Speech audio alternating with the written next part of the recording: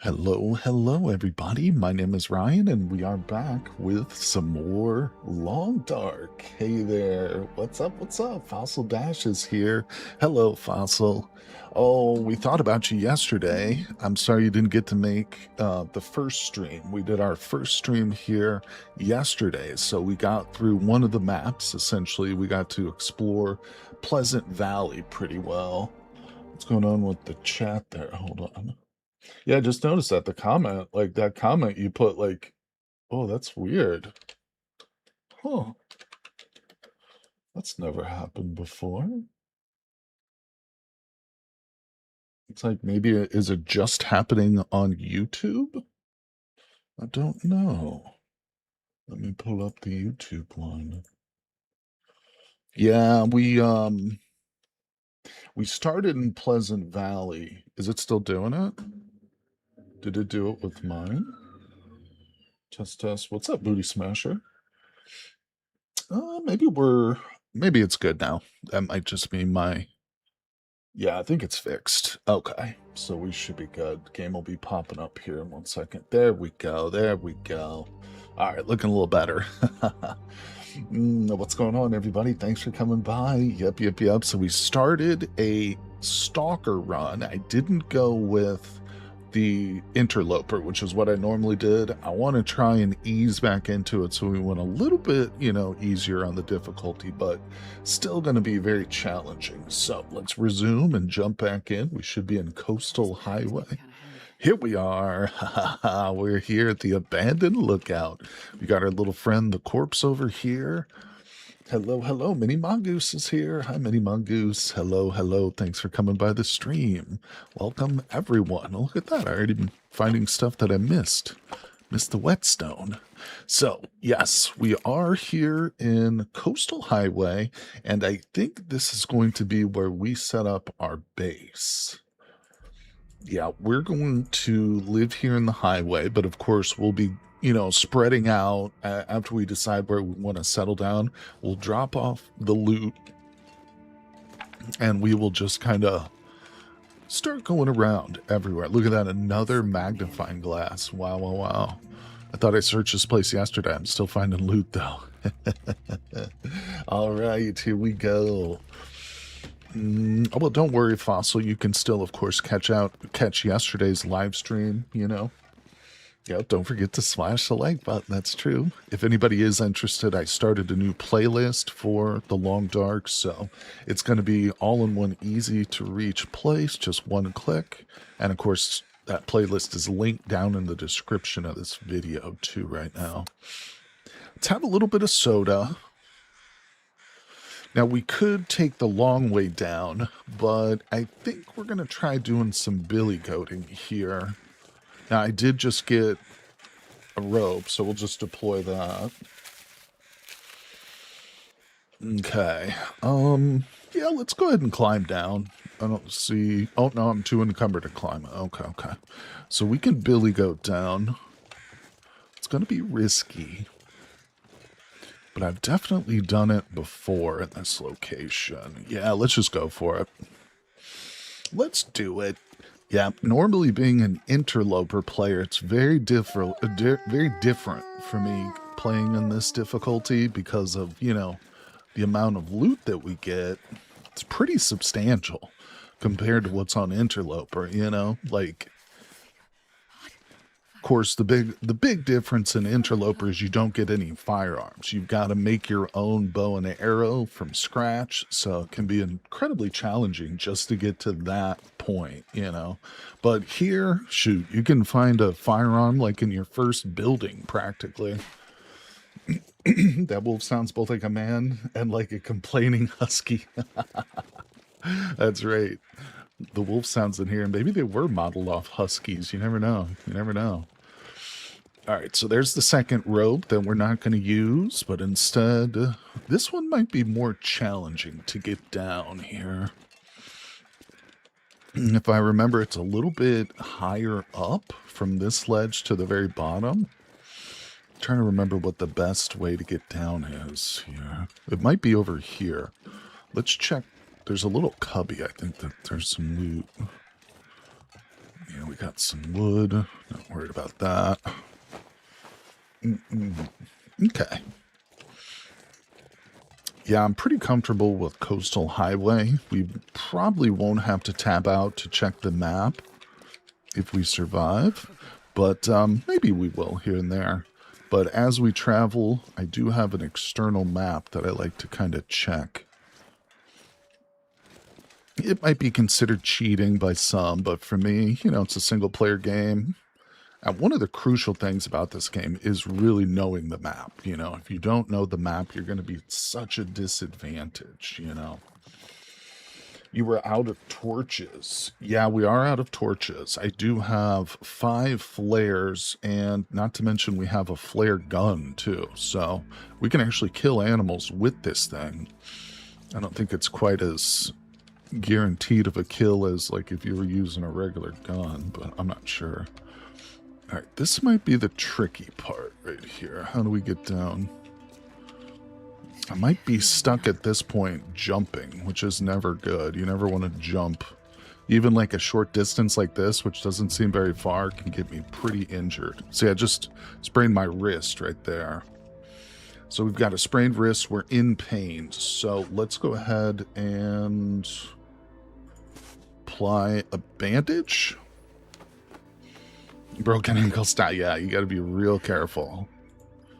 I'm actually more worried about the clothing that we're wearing getting like ripped up and stuff, because that can also happen if you fall or whatever. But all right, it's still morning. It just got suddenly like darker out here, didn't it? Maybe it's just a little overcast, I guess. All right, let's get down here. Trying to look at the ledges. I think we're just gonna have to jump. Minor bruising. Okay, that wasn't bad. That wasn't too bad. And we did it. We made it down. The developers hate this one little trick. It's called billy goating. Everybody does it, though. If you play The Long Dark, if you watch YouTubers out there who play it, you know, regularly, that's something you'll see everybody do. All right, so let's check these little houses here. Goddamn freezing. You know, on second thought, maybe we should just make a beeline to our base. We can come back here. We haven't set up a base yet, so nothing in this town or map is explored, actually. Looks like there's footprints right there. That might be a bear. I'm betting that's a bear right there that just walked through. I don't know where the best place to get down is. What's up, Revan? How you doing? He always knew you were the goat. Dazzy has a wet chin. He's been drinking out of the sink, hasn't he? How's it going, folks? Thanks for coming by the stream today. This is our second Long Dark stream. We did one yesterday, and of course, if you missed that, check out the YouTube page. The VOD is available to watch right away. And here we go. Hell yeah. Long Dark, one of my favorite games. One of my favorite games. It's very challenging, though. You know, what usually happens is I'll play it for a while, and then I die and I get real frustrated. I'll just like set it aside and not play it for a couple months. Usually, sometimes it's like a year or more. But I always get the itch to come back to it, you know? It's one of those games that's extremely difficult, but once you kind of get the hang of it, you think to yourself, man, I should be able to do this. I should be able to beat it. I always die from wolves, too. Wolves are my big, like, pet peeve. I mentioned this yesterday. I mean, I used to, when I would just play for fun, I used to install a auto clicker, an auto clicking program that will click your mouse button like 1,000 times every minute, because I hate the little mini game where you got to click to try and fight off a wolf. I always die. So like I used to just cheat and it wasn't instantly, but you pretty much win every fight. I mean, when you're on Interloper though, there's no guarantee, because you're often fighting with pretty crappy weapons too. But all right, so we're headed to, let's see, we're going to go to the garage. I don't know if that's where I want to set the base up exactly, but we're going to head to that location first. This is it, people. Coastal Highway is going to be our home. We will, of course, split off and venture out, and we'll explore other maps and stuff, but we're going to come back here in hopes of one day interacting with the trader. That's something that's been added, is the trader, and I've never done anything with the trader, never interacted or anything, so I think it'd be kind of fun. Now let's see here. All right, we're coming up on the town site, but there could be wolves here, and I can just barely sprint right now. I think I see a deer dead ahead. Yeah, there's a deer, like, right there. So that's actually a good sign to me. That tells me that there's almost certainly no wolves here right now. Yeah, because if there was wolves here, that deer wouldn't be here. So we're pretty good. We're pretty good. I guess you can kill a deer with the flare. I don't know.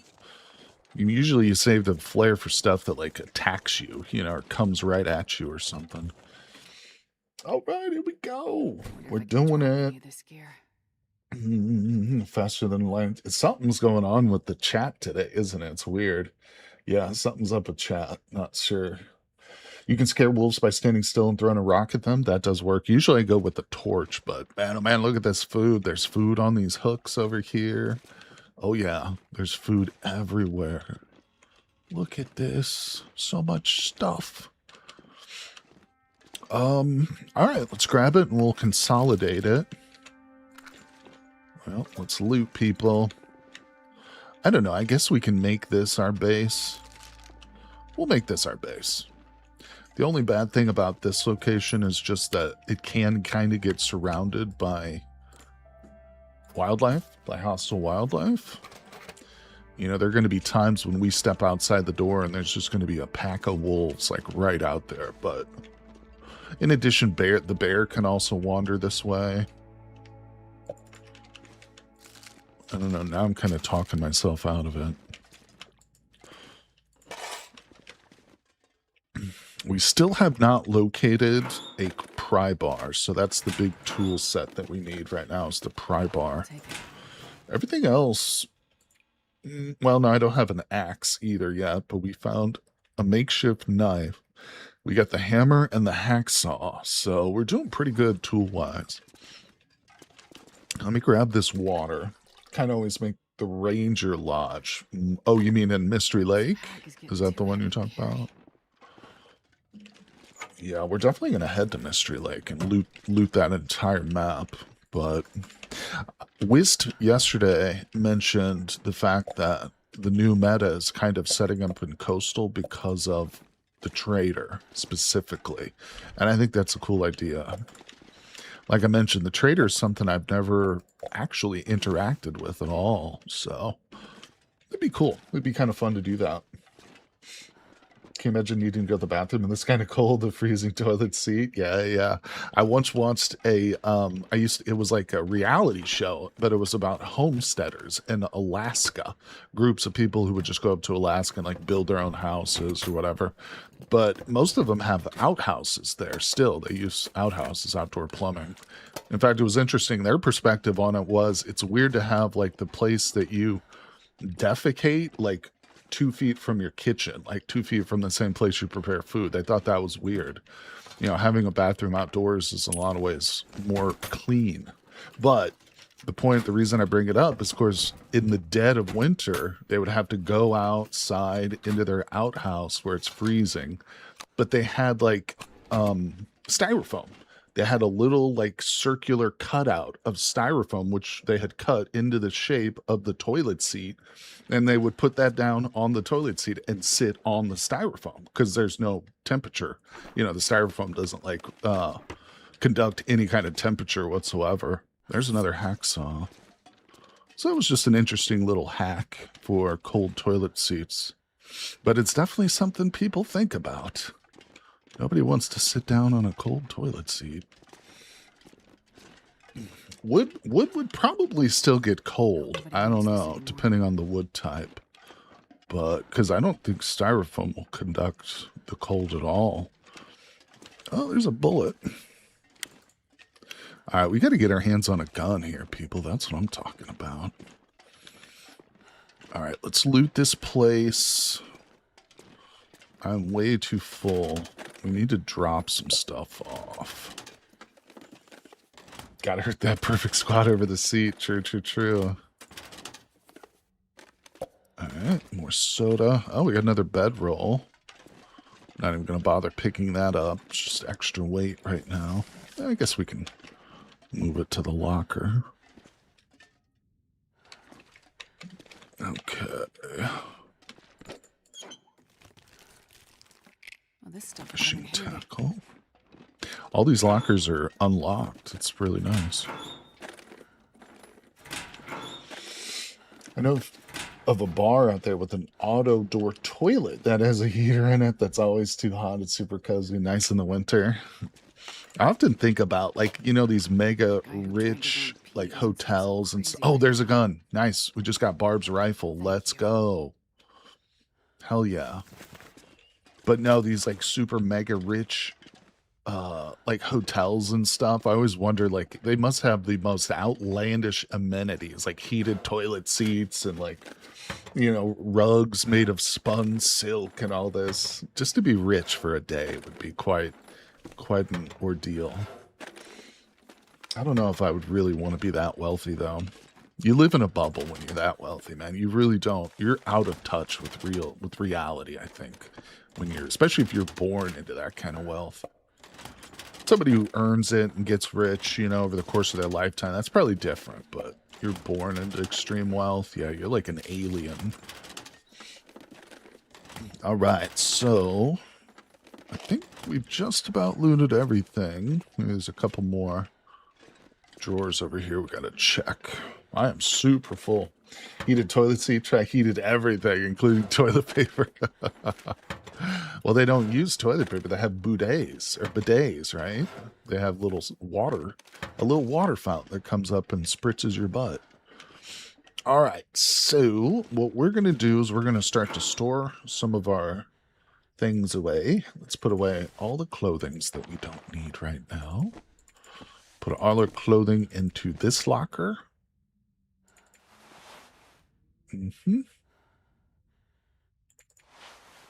It's just my extra stuff here. It's always good to have extras. All right, so that's everything we're wearing.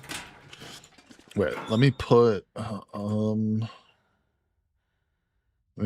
sewing books in here. This is going to be everything clothing related. Goes in here. And then look how many of these stupid sewing kits I have. Jesus. And it's good. I need that. All right, that one's all clothing. This one's going to be all tools and stuff that we don't need. So I don't need this many matches. Transfer all of them.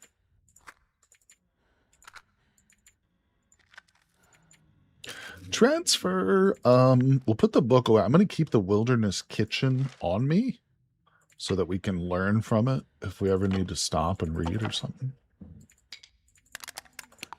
Okay. I'm going to put our food somewhere else. I'll start throwing some of these things in there. Our rifle's not in bad shape, 81%. I hope to all above you don't shit in yourself. Oh boy. All right, put these away. Another thing we'll do, since we're living in Coastal Highway, we're going to pick one of the close by fishing huts and we'll start to like set it up for a long fishing trip. Like we'll start to stockpile it with food and water, and firewood is really critical. That way we can go out there and just spend like a couple of days just fishing, you know? It's so much fun. I enjoy that.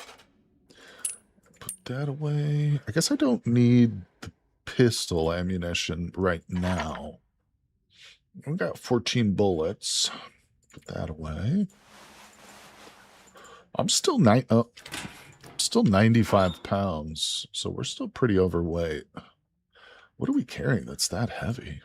It's probably all food. I bet you it's all food. Let's put away some of these things.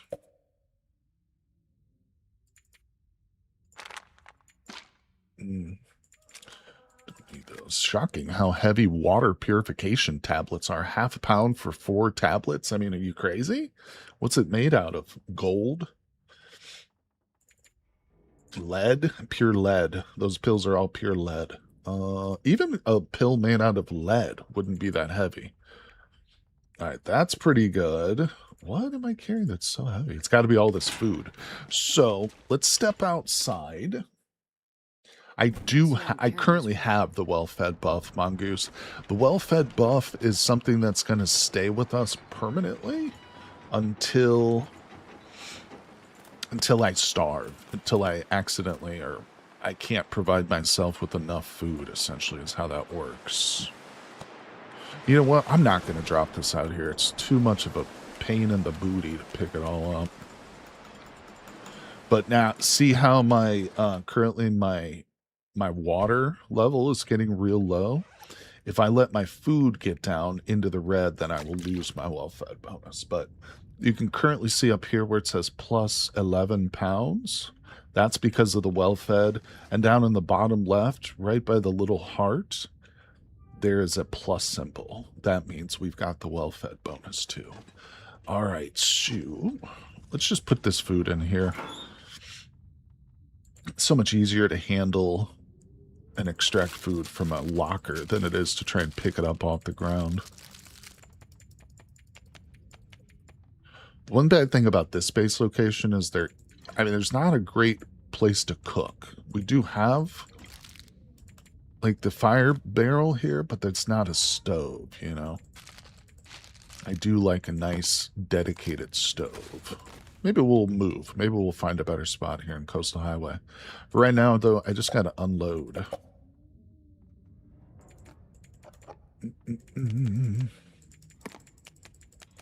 God, I got so much stuff here. Can't believe we carried all this around. Yep. It's pretty much all food is what was weighing me down.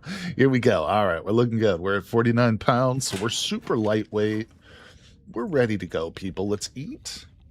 Can you pick up stove like the pancake paintings? That's a great question. The answer is no. You cannot, as far as I know. Some things you can just clear. See how it says R down here to clear junk? Some things you can pick up, though. Like this, you can take that. This one doesn't do anything. So no, I don't believe you can.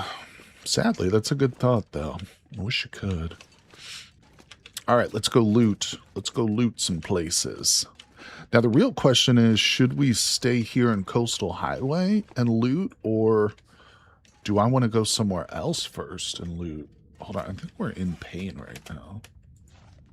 Yeah, we are in pain.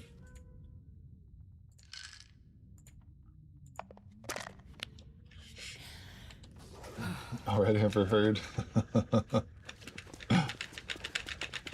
It's called a growler.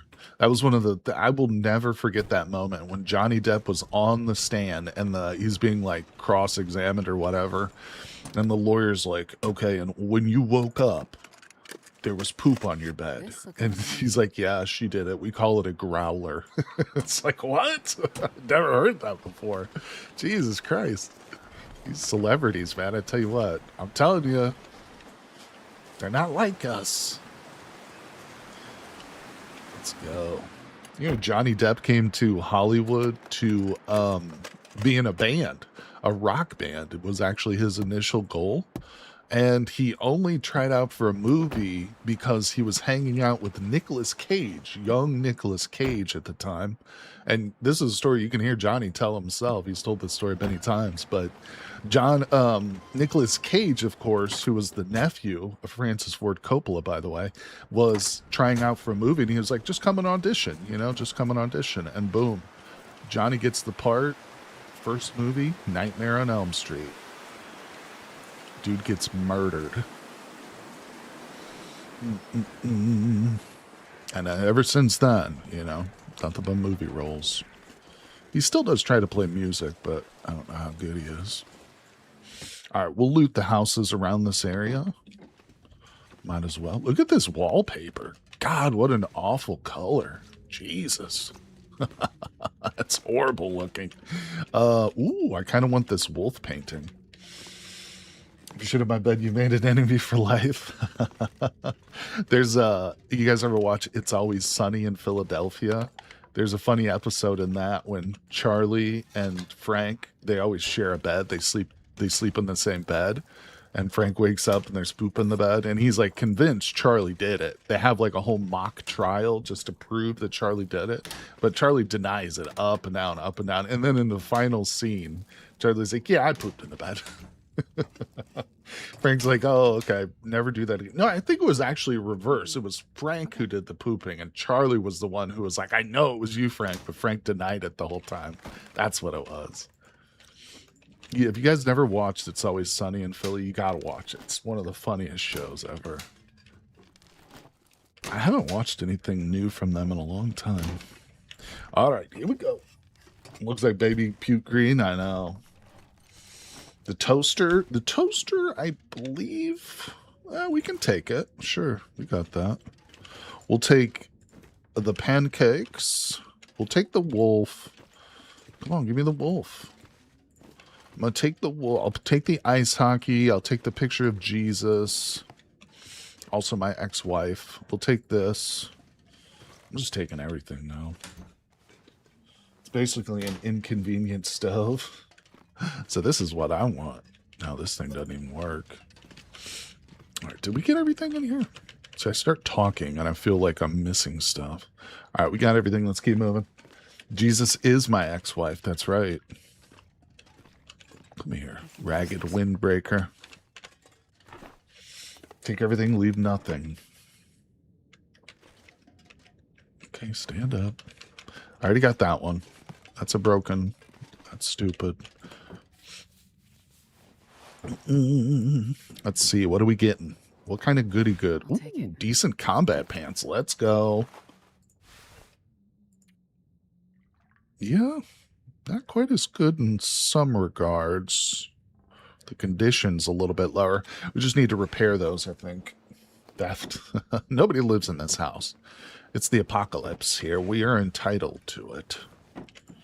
There's only one NPC, or there's only one other human on this entire region, and he lives in a boat. And he never comes to shore because he's a freak. So this is all mine. I claim it. Anybody see that newer movie, 28 Years Later? It's, of course, the sequel to 28... What was the first one? 28 Days Later? Was it 28 Days Later? Is the very first one in that series?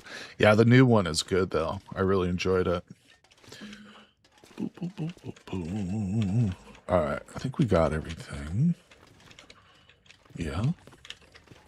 No guns? Okay, let's go. Getting out of here. Hold on a second, guys.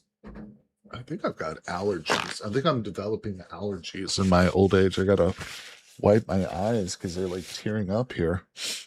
I don't know what that is. It's weird. I never had allergies my entire life. All right, here we go. What's in this? Nothing. Let's go hit up this house over here. Really need to get a pry bar. I do not like to leave things behind. I'm allergic to the air. That might be. Maybe I spend too long looking at screens. I do spend a good portion of my life just looking at a computer monitor, you know? That was the same until gluten decided to attack. Yeah, it's something I think, you know, people can develop allergies as they get older. It's unfortunate. You imagine being in the apocalypse with bad allergies? That would suck. Alright, we're going to loot this area. You know what? Honestly, let me just loot this house. We should head out to some farther reaches since the weather is pretty nice right now. We should be walking to some of the other areas of the island. I'll just take everything. Look, this is my family right here. Hello, family. You're coming with me. Ketchup chips. These Canadians, don't they have any other flavor of chips besides ketchup? Can we get some like maple syrup flavored chips or something? Come on. I can't eat citrus. I'm just gonna die of vitamin deficiencies. No, believe it or not, bell peppers are very high in vitamin C. You're worried about vitamin C and you can't eat citrus, just eat some bell peppers. You'll be good. You'll be good. Looks like Slenderman's family. How do you know I'm not Slenderman? Hey, look at this. Oh, how beautiful. Just a little bitty carrot on a bowl. You stay there, carrot. Feel bad. Apples too, that's true. Sure, sure, sure. Oh, we just got our first batch of coffee. Let's go. You stuck with the bagged milk. Oh, rainbow trout. Let's eat that right now.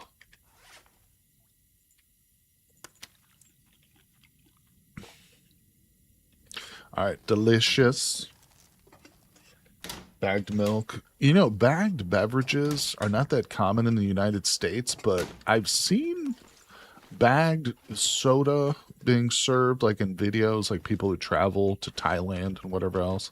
I think you see bagged sodas a lot more in like Asian countries or maybe even European countries, but I don't know. Like I've never seen soda served in a bag here in the United States, but I have seen that in other countries. Not personally, just in videos. I've never been to another country. I didn't even like looking at milk in clear glass cup. Really? Milk's okay. I'm okay with milk. I never used to like it growing up as a kid, but I enjoy it now in moderation. That's the thing as a kid, like, I don't know, and maybe it's the fault of the parents too in a lot of ways, but like, your parents say, oh, you got to eat your vegetables, and kids don't like vegetables. I'm not huge on them, but I eat them in small portions. You know what I'm saying? Like, I don't fill half my plate with broccoli and then try and force it down my throat. I'll just, eat like a half a cup, some small portion, and then it doesn't overwhelm me. I consume it all. I eat it all without wasting anything, and I feel good about myself because I got some vitamins or whatever. Well, there's some vegetables that I don't have a problem with at all. Like I could eat asparagus forever. I love asparagus. Big fan. All right, we'll take all the water. Asparagus too is one of those veggies that I never had growing up. Like my parents never made asparagus when we were kids because I guess my mom just assumed we wouldn't like it. But then I tried it on some cookout once at like a friend's and fell in love with it. Yep. You want any of these? This is kind of a cool one. All right, let's put out this. We got to go back to our base and hang up some of these paintings. For me, veggie, you just like with spinach. Yeah, I can understand that. I'm not a big fan of raw spinach. It's a little too bitter for me. People put like spinach leaves in a salad or something. I don't care for. I'm also not a big fan of arugula like that. Now, if you cook the greens like spinach cooked or even canned, I'm okay with it. Believe it or not. All right, so we went in that one. I don't think we explored that one yet. Let's get over here and put these paintings away. You don't like green beans? Oh, I love green beans. Green beans are the best. I'm a big fan. Growing up, we always had canned green beans, which are fine. Canned green beans are good. But once you've actually tried fresh green beans cooked well, oh my God, there's nothing better than like cooking fresh green beans with like a pot roast or something. The best. Because you put vegetables in a can for any length of time, it essentially becomes super soggy. They lose any of their like fibrous nature or anything. But green beans, which are fresh and then cooked, they still have a bit of bite to them. They're a bit more bouncy. Yeah, they do have a different, texture is probably the thing because they don't have much of a flavor. Green beans do have a taste to them, certainly, but it's not like a real strong flavor. So yeah, it makes sense how texture would be like the off-putting part. I don't know what's this. I get this weird bug after I transfer like 4 things. Look at this. I can no longer interact. I'm clicking on everything here and nothing works. It's so weird. I started yesterday doing that. I have to close and reopen it, and then it works again.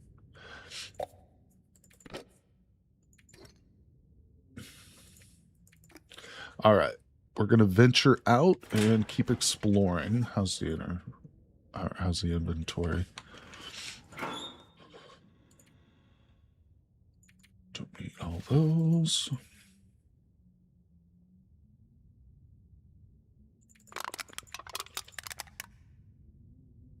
Oh, there's different types of green beans that have different textures. There you go.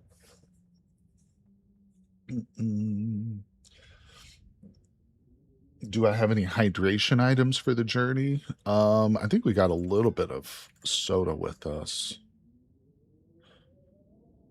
We've got our cooking pot too, so we can always boil up some water. Let's see. It's just after noon. We're pretty lightweight, so let's go check out some structures here on the... Oh, I've got these stupid... That's what's weighing me down. Let me put these away. I got that toaster. Oh, I took a toaster from their house. Theft.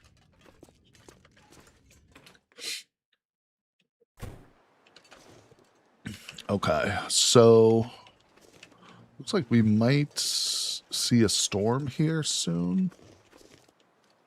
I don't know, it's impossible to predict, but what I don't want to do is get out there on the ice and then get caught in a blizzard. That's like the worst part about Coastal Highway, other than just the wildlife, which is pretty thick here, is this big open lake. If you get caught out there in a whiteout or a blizzard, it can be a death sentence because there's no shelter on the lake.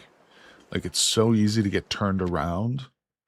I have died out on that lake before just from not really like paying attention. You know, this could actually be an interesting spot for a base right here. This particular house. It's not far from our other one, but I don't think it has a place to cook, does it? It's got this, well, it's got this fireplace in it, which I think we can cook with. If I'm not mistaken, we can cook at that fireplace.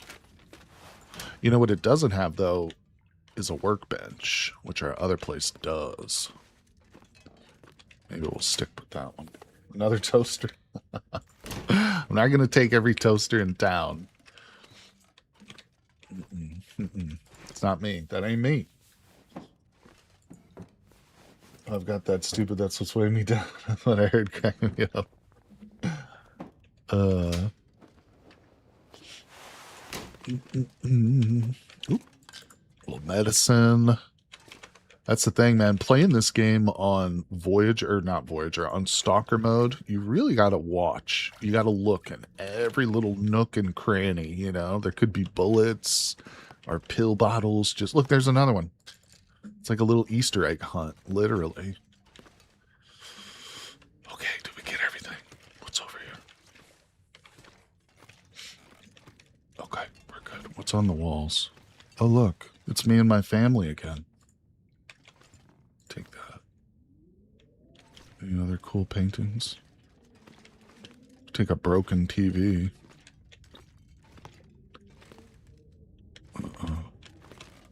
Oh, that's a boat. I'll take... That's the trader, actually. I think that's the trader's boat. I almost missed that potato. Oh my god, what am I doing? Oh, I didn't search these cabinets either. Prescription meds that don't belong to me. Yoink. Yep. I wish upon you, Minnie, that your electrical outlets have their wires unscrewed. Okay, let's search this fridge. I remember when I was a kid, I used to love taking things apart, like old VCRs or TVs, you know, anything. And I would try to like put them back together, but that would often fail. And I just end up with like a a basket full of random chips and boards and stuff. But I do remember there was one time when I tried to re-hook up, I think it was like a VCR or something, and I connected a bunch of wires together randomly, and then I plugged it in, and I was probably like 11 at the time, 10 or 11, totally unsupervised, like no parents around or anything. Here I am just plugging random things into the wall, and it shorted out the whole house, like lost the fuses all broke in the house because I had plugged this thing in, and I don't know what the hell happened. I just plugged it in, boom, all the power goes out. Could have easily started a fire, electrocuted myself, but yeah, that was pretty stupid of me. I look back on that and I think to myself, yeah, that was probably one of the dumber things I've ever done. Yeah, as a kid, you don't know. That's the thing, is children are stupid. For lack of a better word, they are ignorant. They don't know things, things we take for granted, like basic safety stuff, it just doesn't really occur to a kid because they don't have the context for it, And so they have to be taught everything. I remember I worked with a guy who had a teenage son, and I wouldn't say he was the best father, but he told me once, he was like, man, I just got a complaint from the school where my son goes. Apparently he's not taking showers, and like all his classmates are complaining about his smell. Even his teacher confronted him. So my boy is like coming home crying and stuff. And he's like, I had to tell him, son, you got to take a shower every day, and the kid is like trying to argue with him, apparently, like, no, I don't. It's not that big a deal if I don't shower every single day, because kids don't know. They don't realize, that, yeah, you're going to smell if you don't scrub yourself with soap. They just don't realize it, I don't know. Maybe some kids are a bit more adult than others. All right, here we go. We're going on a little hike, people. Your tongue tastes funny. It's just a learning experience. Everything's a learning experience. That's true. I once flashbanged myself with the blender. Oh my God. That's rough. I don't know. I was. How do you flashbang yourself with the blender? Did you put like a light bulb in there? No, but those are the lessons, man. Things we do as kids that never leave us, And here we go. I almost regret not playing on Interloper right now, but Interloper is so much more difficult. It wouldn't be as fun, I don't think. It wouldn't be quite as laid back. We'll do an Interloper run in the future for sure, but it wouldn't be quite as fun and laid back. Maybe I'll even try the ultimate difficulty. I forgot what they call it. Misery? Easy, you actually touch two of the contacts of the switch with the screwdriver. Okay, there you go. Sounds like you were similar to me as a kid, like a minor electrical engineer, or so you thought yourself. Could also be depressed because grooming will fall off. That's true. That's true. That's true. And I didn't get a lot of insight into the kid's mental state or anything. But like I said, I could tell, just from knowing the guy, the father, wouldn't say he was the best parent either. You know what I mean? Not to throw too much judgment at people, but it's obvious with some folks. It's obvious. Hey, what's up, Theo? Road's going good so far, buddy. We've made it to the coastal highway, and we're looting. We're just getting all the gear here, including this calendar. And we're kind of bringing everything back to our little base. And then once we've looted Coastal Highway, we'll pick another map and we'll go loot that. Anybody see any interesting paintings I should grab? It's a little dark. Let's see, what time of day is it? Evening is swiftly approaching, folks. No more toasters. No more.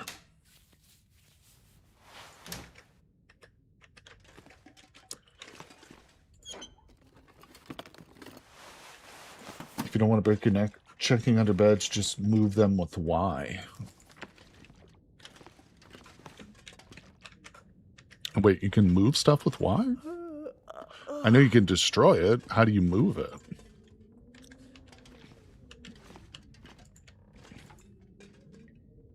Saying to destroy it? Oh, right click. Oh. Oh, yeah, that's super helpful. I didn't even know that was possible. And I just put it back down crooked. Oops. Oh, you can move everything, can't you? Oh, that's actually really crazy. I always thought that these were very stupidly placed, so let's turn them. Oh, it snapped back. Game won't let me. It's like, yeah, we like it stupidly placed. No, sorry. Yeah, that redecorating feature is a great addition to the game. It is kind of cheaty because you can use it for like night vision essentially. But at the same time, you know, it's a single player game. You can't really cheat in a single player game. That's what I tell myself as I cheat. But that's why I've got you guys here to keep me honest, tell me what I can and can't do in my playtime. All right, we already have these paintings. I don't think I have this one yet. Oh, this is Desolation Point. I need that one.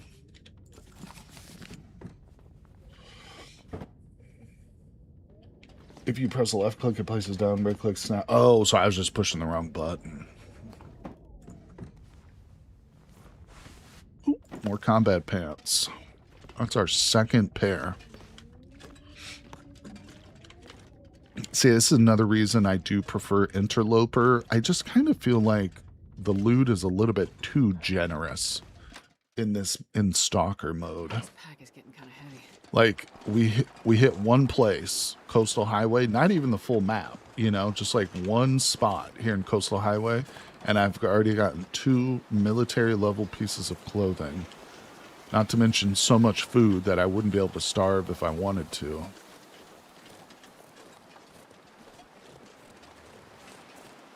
But yeah, you know, that's why you play Interloper if you feel it's too generous. Maybe next time we will. Alright, so we're going to hit this little blue house. Then I'll probably have enough loot to require a drop-off again. I really need to find a hatchet, too. Sometimes you can find tools just... Oh, there's a deer. I think I could hit the deer. Oh, where did it go? Where did it just run from? Was that me? Was I too close? Maybe I was. Did I miss some ammo?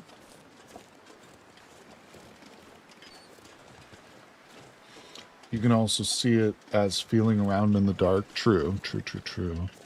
Boy, I tell you though, when I used to play before they added that feature, it was impossible. Not impossible, but you would literally have to feel your way around in the dark. If it's like pitch black and you want to go to like a different part of your house or whatever, it was very difficult. You would kind of have to memorize the layout and stuff. I can drop any of this gear.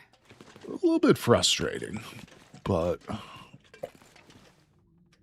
there also used to be a little feature with, this was kind of a cheat that I used to use a lot.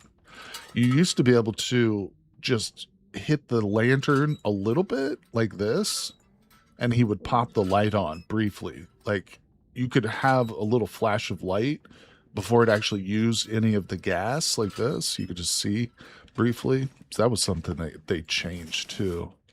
I think they removed it because people would kind of cheat with that. You can still, does it still work? I thought they removed it, but I believe you. I trust you. Take your word. Honestly, I don't need it in this. It's more for something like Interloper, because I've got like 6 lanterns and like 5 things of lantern fuel already. So much loot. But wait till we find one of those like hidden stashes too. One of the prepper stashes. Oh my god. Talk about loot.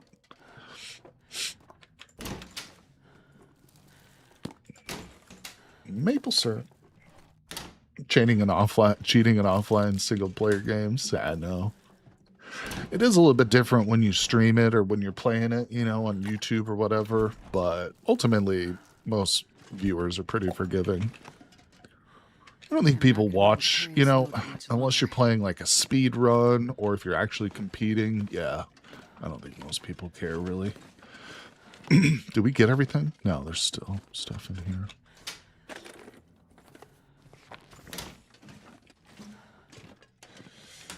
Enjoy my free time.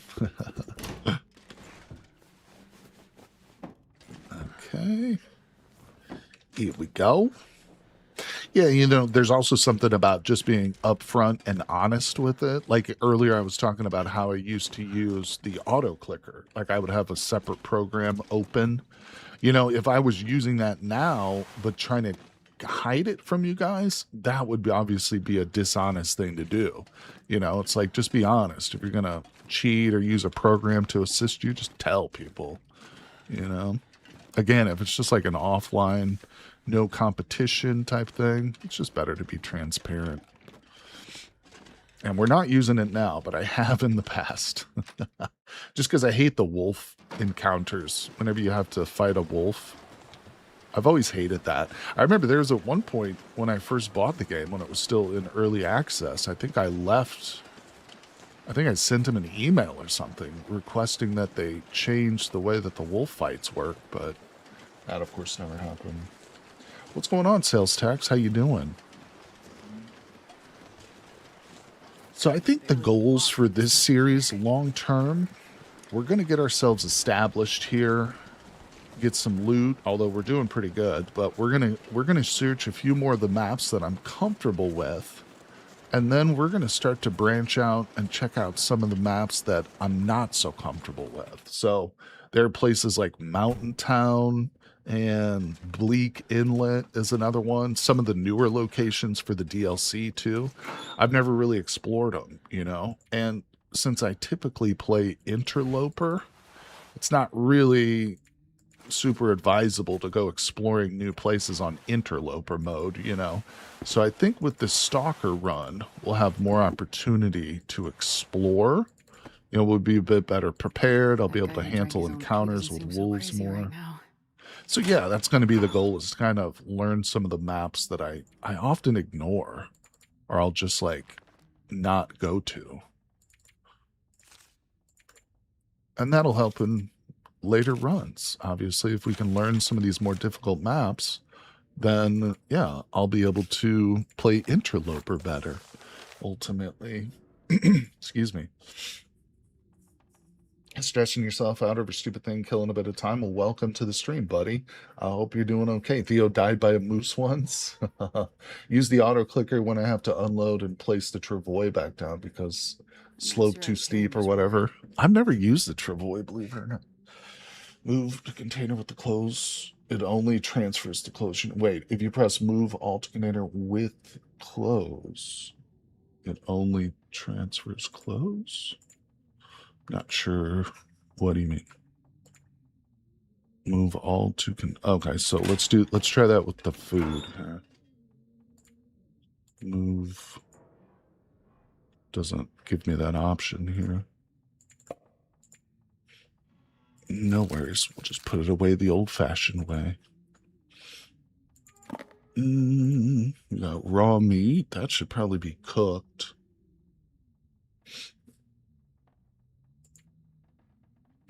In the clothes tab. Okay, let's see. Hold on, I'm not done yet. Let's put some more of this food away.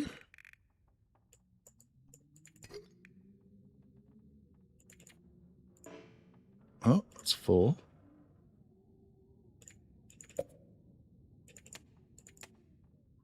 I was going to throw the rabbit in there.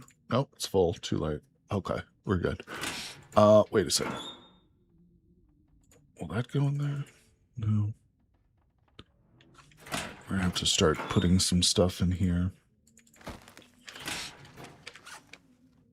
We're at 77 pounds. What am I carrying that's so heavy? I've got 13 pounds of water on me.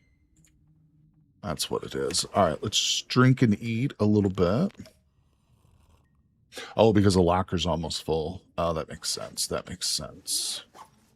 It's about sundown, so we're not really gonna want to go back outside, I don't think, except to just drop. You know what? Screw it. We'll.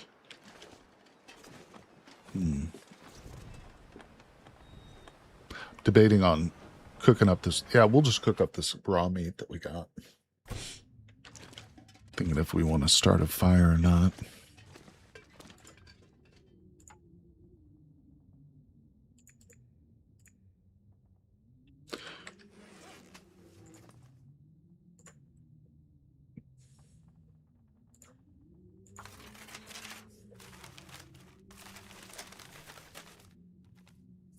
All right.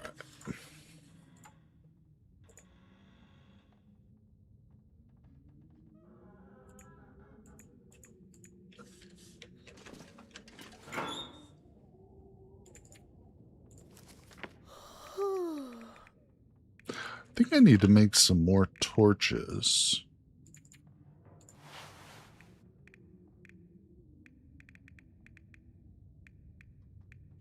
Where's the lamp fuel that I had?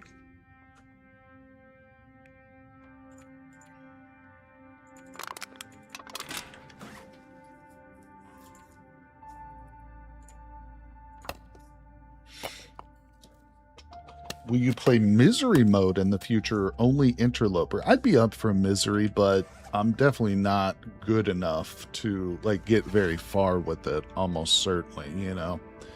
I enjoy the extra challenge of interloper, but I feel like it's manageable. It's like something that one day I could, you know, master and become better at. I don't know about misery, but I'd be willing to try it, certainly.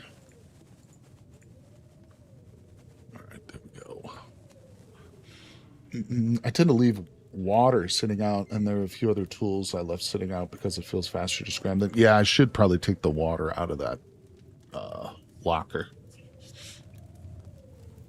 Yeah, I would have gone for an interloper run this time around, but there's bullets on the ground. That's a good one. I didn't want to spend like the first 20 minutes of the stream yesterday just like re-rolling. Because again, there's certain maps that I'm not really super comfortable with. And so when I get them, I often will just restart until I get like, usually what I go for is not Coastal Highway. What's the one? Desolation Point. I usually prefer to start an interloper run in Desolation Point, if that makes sense. And then pray to God that I get like a hammer. All right, let's drop all the water.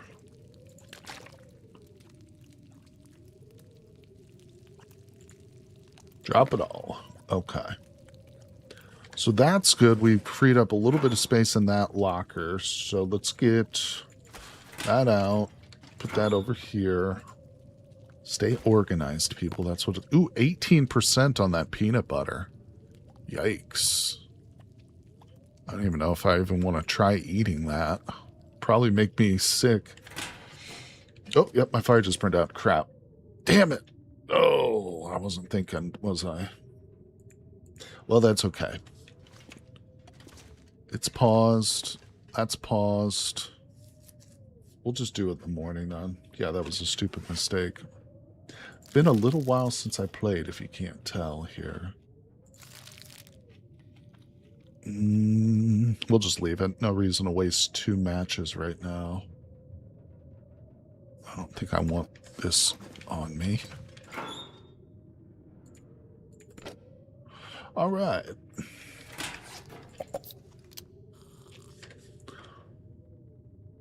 Start cramming some of these sardines down our gullet as though we were a stork. The last resort.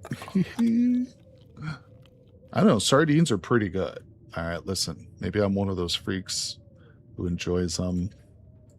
I was fed sardines as a kid. I think that makes a big difference, you know. Which locker am I looking at?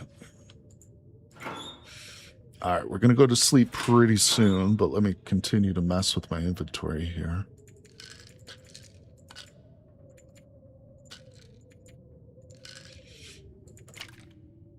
so much stuff.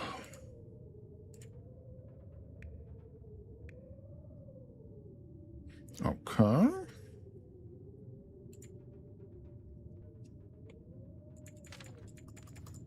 All right, we're looking a little bit better. Let's go to sleep.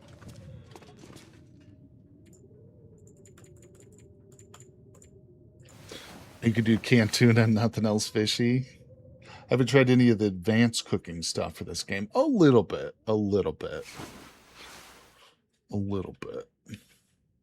Yeah, salmon is another very delicious fish, which isn't fishy at all. Doesn't have that stereotypical like fishiness. Sardines definitely do. Sardines are not really nasty or anything like that, but they're definitely fishy. All right, let's see. What time is it? God, maybe we should go ahead and light up. Yeah. Now's the best time. I'll just use my fire string. You know what? I have so many matches, it almost doesn't matter.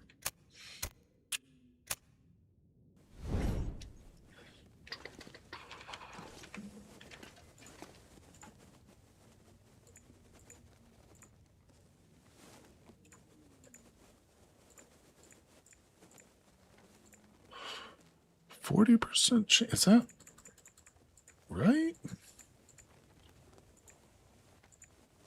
Okay. So that's the base starting chance. My chance of success. Let's just do it. Sermstrong. I like my fish Swedish. Come on, That I'm probably mispronouncing it. How is it pronounced? Surstroming. Oh, I failed. That's the real nasty, like stinky, smelly fish. Screw it. I'm just going to use this newspaper. Yeah, it's that one you'll see people on YouTube like and dare themselves to try, you know, for clicks or whatever. Shit. Come on, little fire. We're just failing left and right with this fire here. You think tuna is fishier than most fish? Oh no, I would disagree with that very strongly. But what's up, Colleens? How you doing? Maybe it's I just have it canned too. I don't know if I've ever had actual fresh tuna, to be quite honest with you. Maybe that's the reason. Add? All I have is these sticks, for real? Wait a second, I must have more.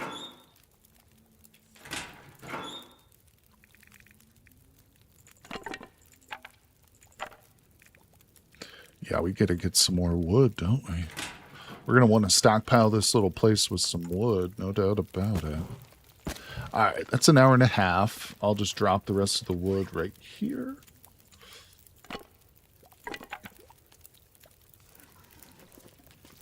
I do have like 10 books in one of those lockers. That's true.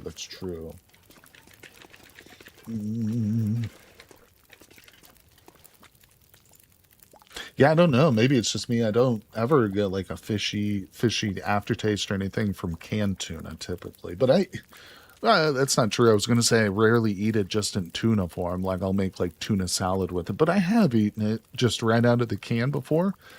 Excuse me if I'm feeling lazy or something. All right, let's see. 23 until ready, 30 until burned. All right, we're going to take that. Let's grab some of our other food real quick. Let me get a freaking torch so I can see. What we're going to do is practice our cooking a little bit. Nope, that's the wrong locker.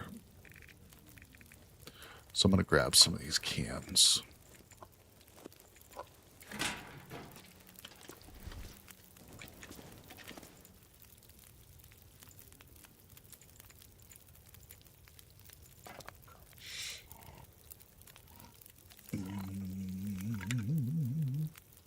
Yeah, just the skill books. There's a couple different kinds of skill books, some for shooting, some for other stuff, but then there's just like regular books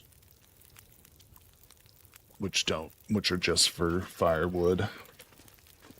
Actually, I'd like to save the books for starting a fire, but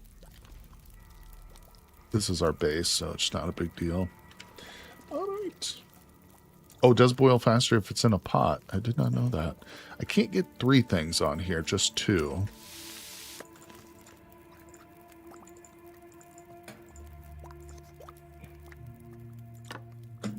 Nice. There we go. 12, 20. Pick that up. So I'm not going to be eating all these. We're just cooking these up. Because when we cook them like this, we get the bonus, or we get the experience for cooking.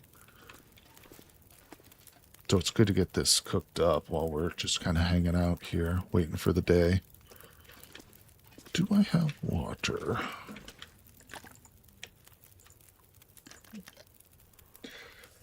Hot peach time, that's right. Delicious warmed peaches. Can't beat it. But thanks for coming by the stream, everybody. Appreciate you guys. If you're enjoying the long dark stream, make sure you hit the like button. And, of course, share the video or share the live stream with anybody else who might be interested. We'll probably be doing some more live streams here in the long dark next weekend, too. We'll see. Yeah, normally I stream Cataclysm, Dark Days Ahead, and Vintage Story. Whoops, that's not what I want to do. But this weekend, we're trying something a little bit different.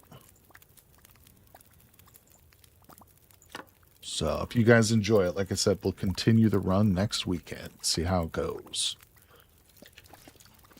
All right, so that's done. Do we have any more? No. Okay, I think we've cooked everything except for that last one. So let's grab another torch. What's that? 15 minutes? 9 minutes? Okay. Sun's got to be coming up kind of soonish.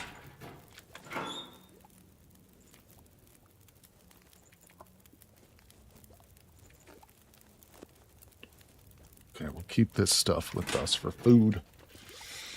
You'd also recommend Green Hell if you like the long dark, basically 2 sides of the same coin. Yeah, I've played Green Hell quite a bit.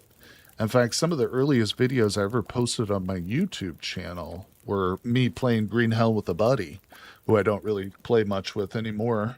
But yeah, Green Hell is a lot of fun. It is a lot of fun. I'm really looking forward to the sequel for this game, but also the developers for Green Hell are putting out another game too. Although I don't know, I don't know if that one's going to be for me, so to speak, really.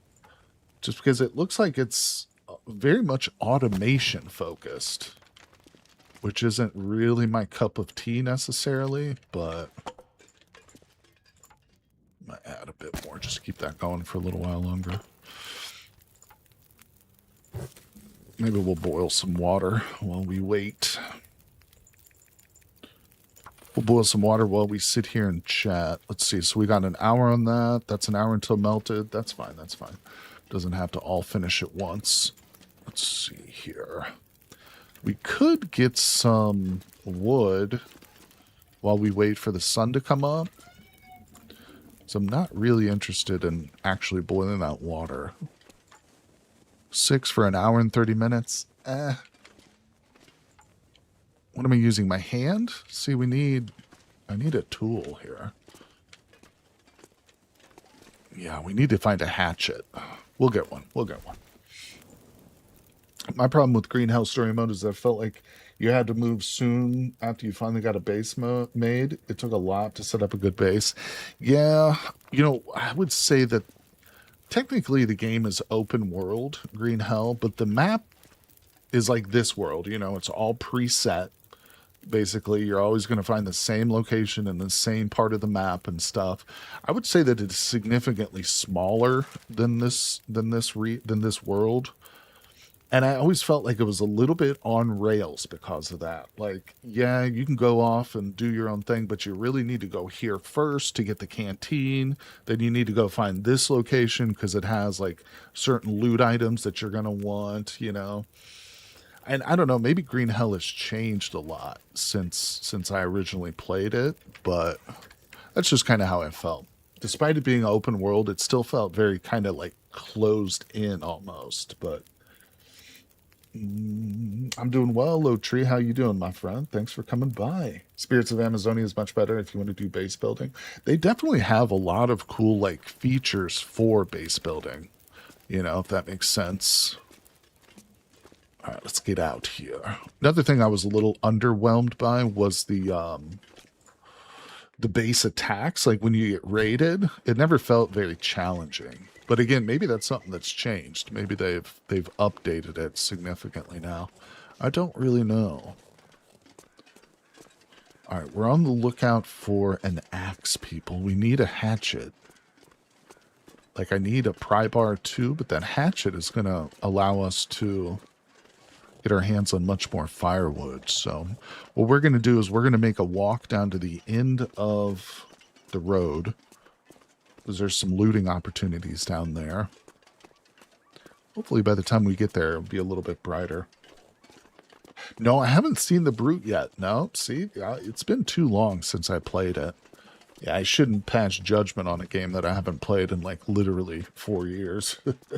Takes about 25 shots to the chest and destroys your base in seconds. Well, there you go. See, I need to pop it in and play it again for sure.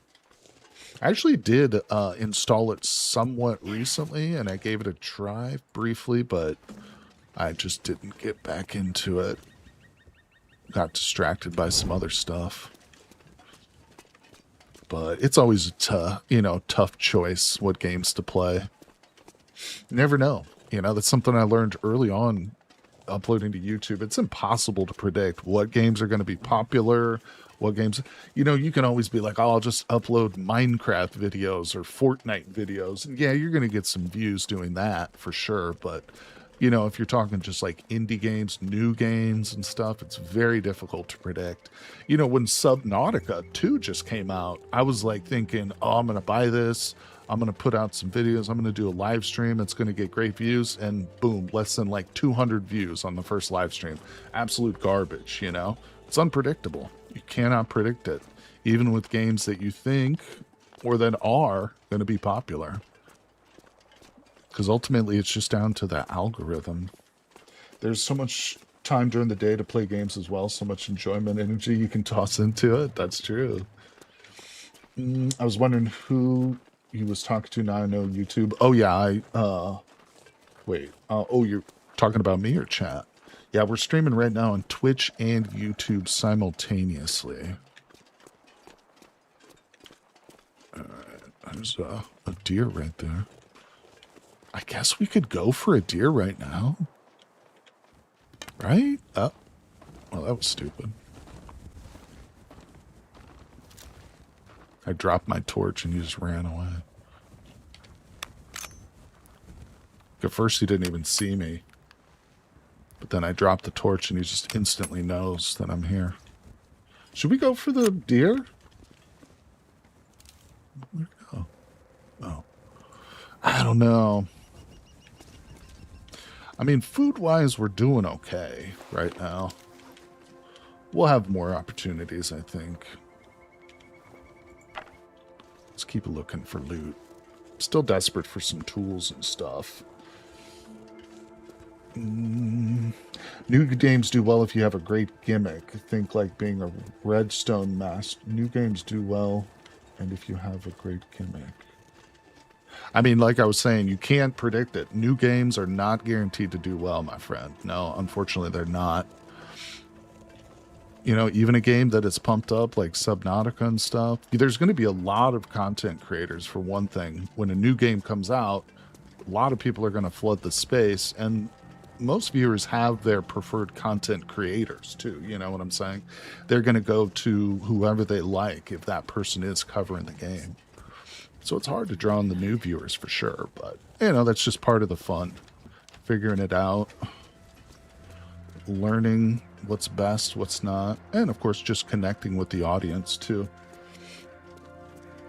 I think...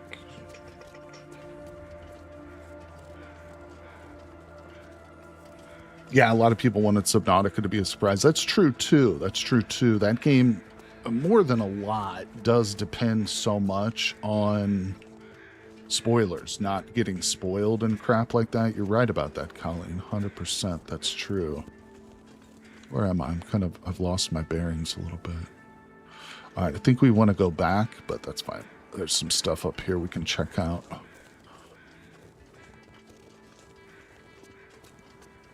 Yeah, there's luck involved too, 100%. Yeah, that's the thing, man. It's like,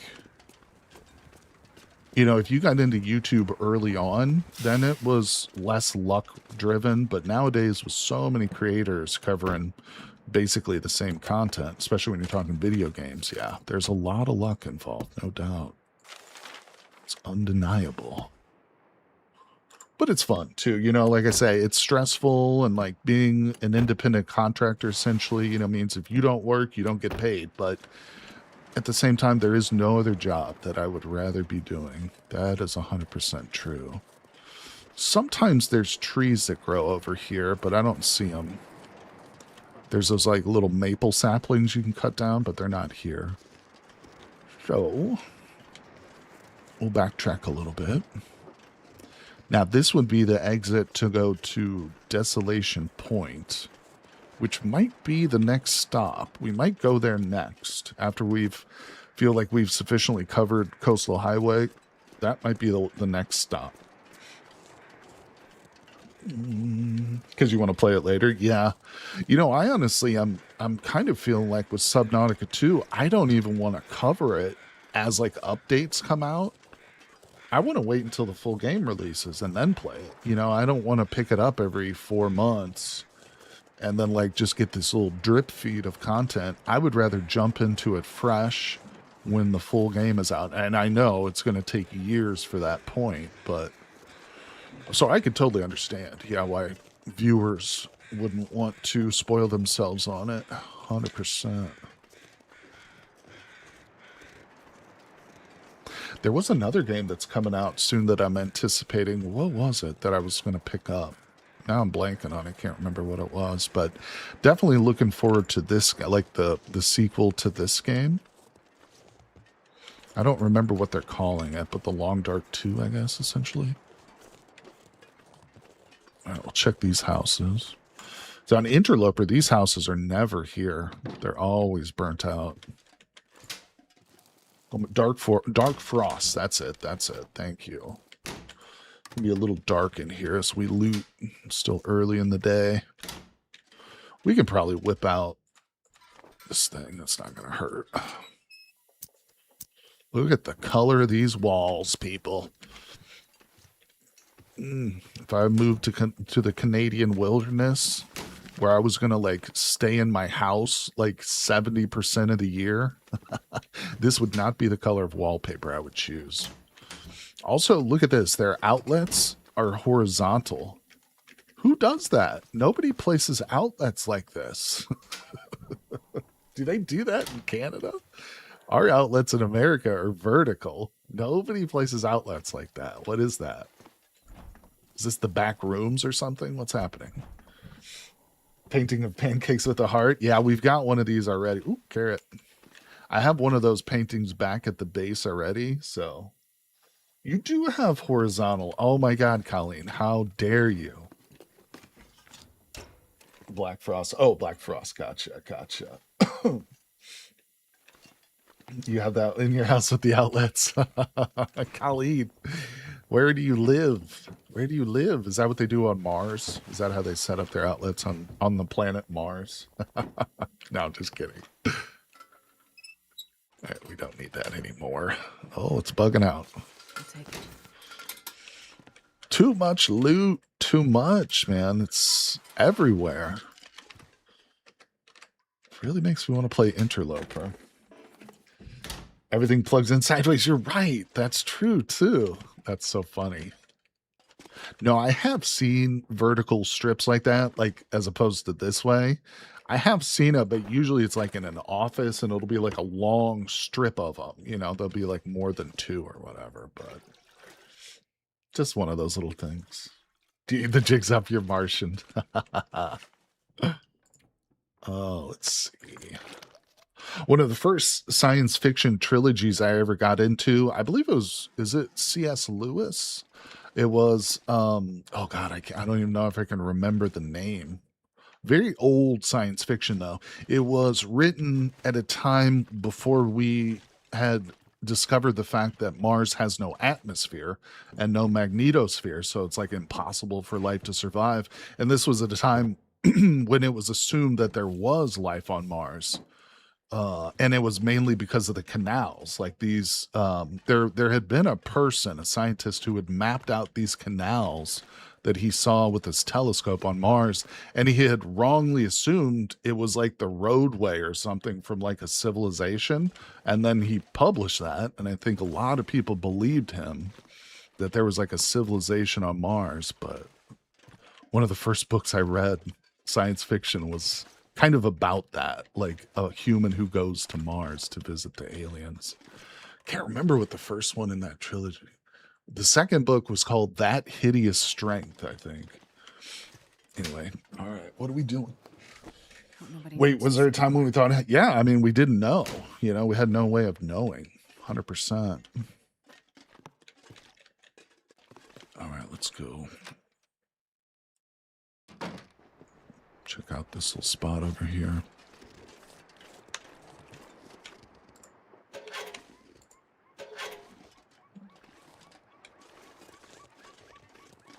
And the question is, from here, I guess we can hit up some of those houses that are in the middle of the lake. Now might be the best time to do that with the weather holding up and stuff. I just read that we found a planet with a helium-based atmosphere. That's interesting. Oh yeah, there's nothing that says like a planet has to have mainly nitrogen and oxygen, in the atmosphere, for sure. In fact, that could be a rare thing. We don't really know, but... another interesting thing I've heard is that there's this whole search for exoplanets now. There's a couple of different ways that they detect if a planet has the potential for life, or if there are even planets around a star. But one of them is to look at the way the light refracts through the atmosphere, and then they can kind of tell what the atmosphere is made out of. But one of the things they look for to tell if there's intelligent life on a planet is an imbalance in the atmospheric composition. In other words, if you look at the planet Earth, there's going to be a significant amount of what they call chlorofluorocarbons, CFCs. And this is just one type of compound, which is artificial. A CFC will never occur in nature. You know what I'm saying? And there's other compounds like that that are man-made, quote unquote, but they have a large enough presence in the atmosphere that you could detect them from another solar system. And so if we see some of these signifiers in another planet's atmosphere, we'll know for certain that there is some sort of intelligent life on that planet. We better take care of this one before we start looking for others. I agree with you, Cutie. I don't see, and welcome to the stream too. Thanks for coming by, Cutie Bunny. But I agree with you. I think that the search for planets is great. We should definitely do it. But this idea that we can escape the Earth and terraform Mars is completely foolhardy. It is the biggest distraction from the real problems here on Earth that you could ever get. I mean, I used to be a big fan of the idea of terraforming Mars, but at this point, I've read too much and watched too many videos about it. I just don't think it's possible. I simply don't think it's possible to terraform another planet, at least in a million years. It would literally take millions of years to do that type of thing. And no, just throwing nukes at the South Pole is not going to do it. You know what I'm saying? That's silly. But no, we've never found any signifiers, artificial signifiers, have not been detected. But it is one way, one surefire way we could detect artificial or alien life without actually communicating or going there. You know what I'm saying? It's amazing the little things that scientists can think of to help them figure out these puzzles and stuff. I remember they were trying to date cave This will come in paintings in handy. like France or Spain or something, but they were struggling because there was no like carbon in the cave. There was just rocks, you know. And apparently the people at that time had used like red ochre, which is essentially derived from a stone, silica. So you can't really date it, I think. But what they'd done was there was these tiny little wasps that had made their nests underneath the paint that these ancient humans had used, and the wasp nests were made from carbon, like the spit and the leaves and stuff that the wasps had used to build their nest. So they tested those, and because it was underneath the paint, that gave them like a boundary line for time, you know, to say that these paintings had to been done, you know, no later than this period, you know. Super interesting, and just like a tiny little detail that you've just, it's like putting together a puzzle without having the box, you know. How the hell do we get out of here? Where's the door? Okay, hold on. Let me get set in a position and we'll start to read chat. All right, there's wolves. We're going to go to this island up here. Carbon dating is pretty fascinating. I really do feel like if we colonize another planet, we'll end up being a movie like Elysium, where we have, where there will be a definitive haves and have-nots system. Well, that's true. You know, that's a great point too, Cutie Bunny, because if we were to, if let's say we could terraform Mars, for instance, let's say that was possible. Let's say we did it. And they were like advertising, all right, population, you can go to Mars if you want. It's not going to solve anything, because if we just take the current problems we have here on Earth and transplant them to another planet, well, guess what's going to happen? All the same bullshit that happened here, which has ruined this and that, which has made life so hard here, is going to just be taken over to that new planet. So yeah, we definitely need to not only solve certain technological issues, but I can drop them there's from certain the sky. social and economic disparities and issues that I think need to be addressed before we become a truly extra solar, you know, civilization. Are you sure it was wasps? There has to be at least, well, there are dozens, if not hundreds, of different species of wasps. Did you know that figs, the fig fruit, the fruit of a fig tree, will only ripen if it's pollinated by a specific species of wasp? Not even pollinated; it's injected with its egg. The seed in the fig tree has to, or in the fig fruit, needs to be injected with this wasp egg. They do it artificially these days, but that's the only way the figs could. So the reason I bring that up, and these are tiny little wasps, tiny little wasp. So the reason I bring that up is because it just shows, like, in fact, the smallest flying insect we know of is a wasp, is a type of wasp. They're called fairy flies. They're so little, but they are in fact wasps. They are in fact a type of wasp. So wasps are actually incredible animals. You know, they span many different sizes. They're, in a lot of cases, extremely vicious creatures. You know, there's a species of wasp which goes into, there's one type of wasp that preys on one type of That's right, very ant. much I think it's like in South America. But this ant has a certain chemical smell. You know, ants are all about their chemistry and their hormones and the scent. So this wasp is able to mask its own scent, and what it'll do is it will infiltrate an ant's nest. It will go down into their breeding chambers where all the ant larva is, and it will lay its wasp eggs down there. And the ants take care of the wasp eggs because they smell like the ant eggs do. And what happens is this wasp larva is born and it proceeds to just eat all the ants around it, but they have no idea. They see it as just another ant. You know what I'm saying? Completely like overtaking, you know, like it just inserts itself into this ant colony. It's insane. I'm telling you, wasps are incredible animals, but also very brutal in a lot of ways. I think if we had ever encountered an alien species and they had anything like wasps, like anything in relation to wasps, we would be in real trouble. You remember seeing that? Yeah, that's I've learned it just from watching like David Attenborough documentaries and stuff. You prefer your Fig Newton? I wonder if the owner They looked it up and they did it in Australia cave painting using mud wasp nest. That's it. That's it. Yep. Because that's the thing about the stone. You know, we have the stone pyramids, for instance, and the Sphinx, but we can never know when that was built based on the stone itself. You can date stone. You can tell when that stone was formed on the earth 4.5 million years ago or less, but it does not tell you when that stone was handled by the human beings who transformed it into a building or whatever else.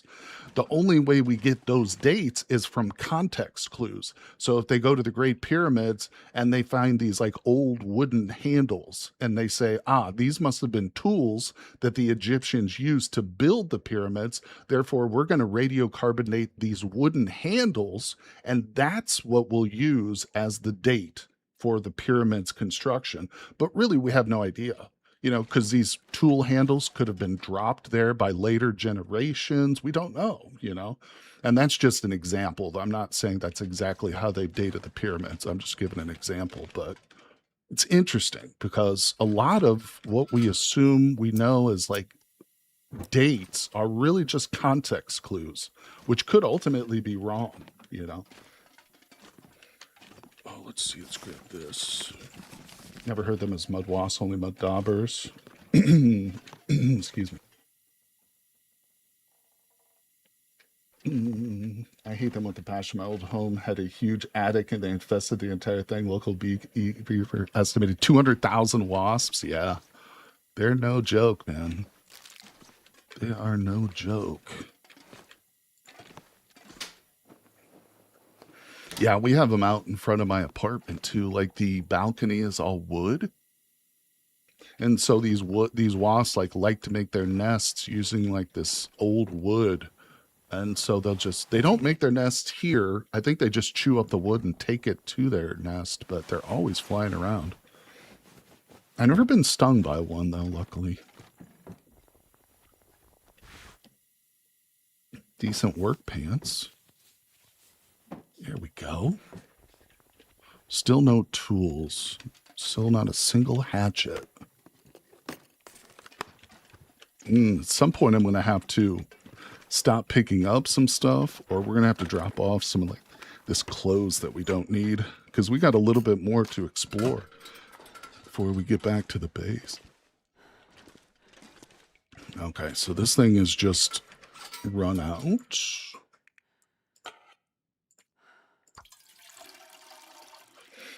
Okay, beautiful. This pack is getting too heavy to carry. How heavy are we? We're at 100 pounds right now. I once stepped on a wasp nest. German sugar wasps like to make their nests underground. I had to run half a click just to escape the swarm. I bet. It's like that movie, Can't Buy Me Love with Macaulay Culkin, where he dies from bee stings. Such a tragic. That was a great movie, though. I loved that movie as a kid. And let's drop this. Just dropping off some of this crappy clothing that we don't need. I feel like I had another pair. Didn't I pick up another pair of shoes at some point? All right, we're at 90 pounds. Usually it's the water that's really dragging me down here. You can drop the horde from your inventory, but not your soul. Well, that's predicated on the belief in a soul, which I don't necessarily know if I believe in. Let's drop that. All right. Yeah, I'm carrying around books for some reason. I don't even need those. All right, we're better. A little bit lighter. Maybe I should have dropped that stuff outside. We could pick it up easier in the future. All right. Is this the Misanthrope's Cabin? Is that what this one is?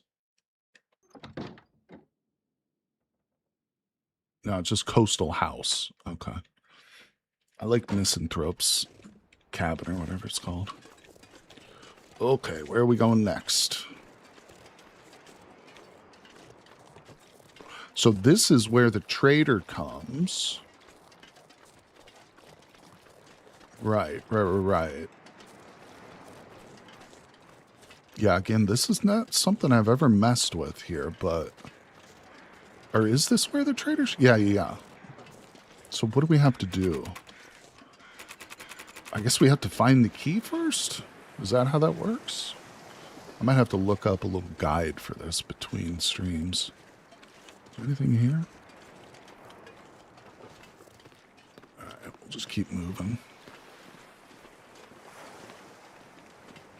So I guess maybe this house wouldn't be a terrible place for a base, but I don't think it had any indoor spots to start a fire, to be honest. So that's not great. You got to set up a trade first. Oh, so that little thing is where he drops off the loot, isn't it? Yeah, there's a radio in the garage. He only arrives at like day 20 or so. Gotcha. And then since it's over the radio, do we have to wait for one of the storms? For the Aurora? Do we have to wait for the Aurora to come out?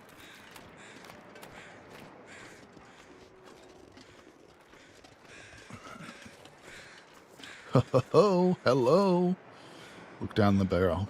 Right there. No bullets in there. This pack is getting kind of heavy. Yep, you can only talk to him during the Aurora. That makes sense. Yeah, that makes more sense. Wait, are there feathers here? Where's all the feathers?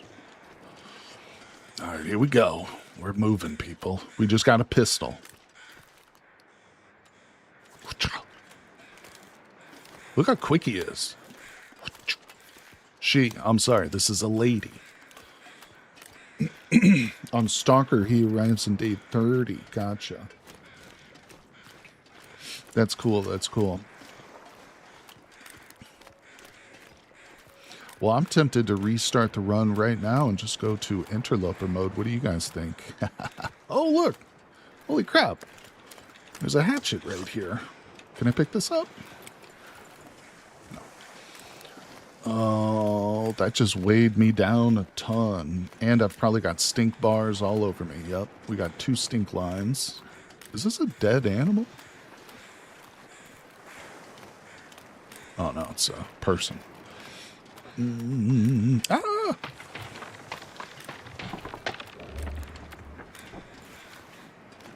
Can I get him? I can't get him.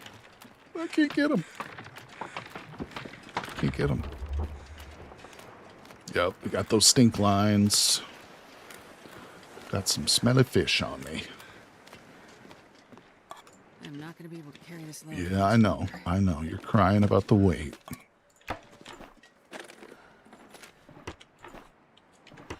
To be honest, we do not need the fish. So I think I'm just going to drop them off. Damn, look at that. 10 freaking pounder right there. This guy weighs 11 pounds. I mean, that's a lot of food right there, but we just do not need it. Not only is it weighing me down a ton, but yeah, it's gonna attract a lot of predators to us. Going for halftime break. What's this? Somehow on interloper. How could this have happened? No, we won't switch over right in the middle of a run here. Yeah, I know, a 10-pound fish. Yeah, I guess you could catch that. Yeah, they're definitely catfish that are that big. I mean, certainly there are going to be fish that are much, much bigger than that, but can you really catch them on a fishing line? Although those fish did kind of just wash up, I guess, so who knows? What's that stuff?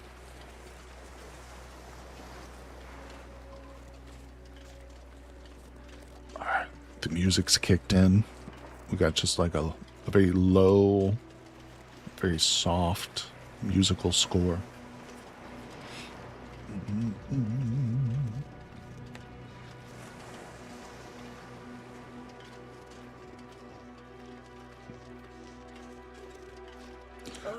Don't they say that there are more wolves on Stalker difficulty? Like, Interloper is harder, but, like, there's more wolves on this difficulty, though. I haven't really felt that. Like, it doesn't really seem like that's the case. But I thought that that was what it was.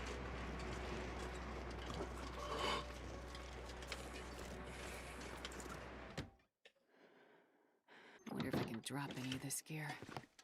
Coastal house.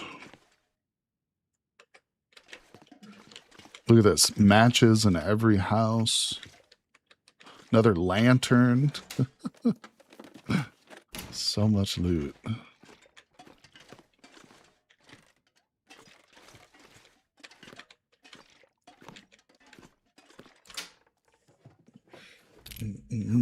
Another can opener. More food. So after this one, we'll probably need to go back to the base and just unload all this loot that we've got.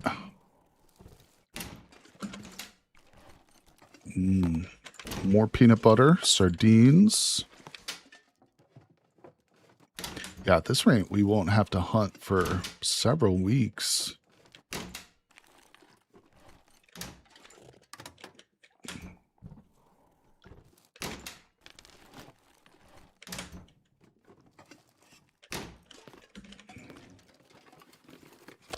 Hope nobody needs this anymore.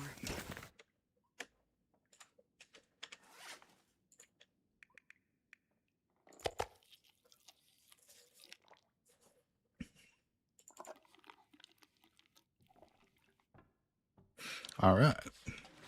Yeah, I haven't tested a lot of the more advanced cooking, but it's one thing I definitely want to do. Especially, this is a good run for it, too, I think, because all the excess loot and stuff. We'll need to find certain recipes, though, won't we? Now, when I was in Pleasant Valley, I kind of looked for the recipe there, but I didn't find it. Was it for, like, stew or something?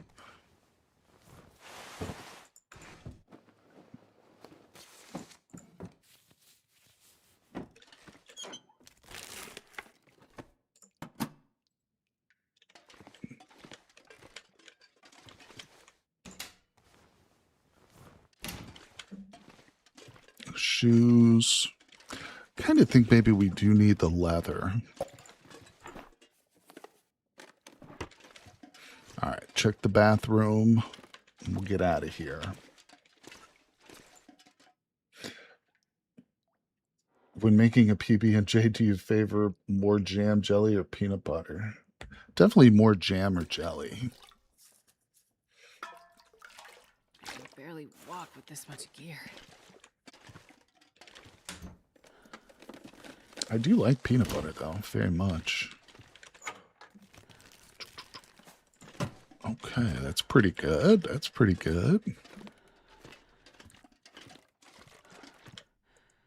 Is that here? Is this Coastal Highway? We'll take it. We'll take it.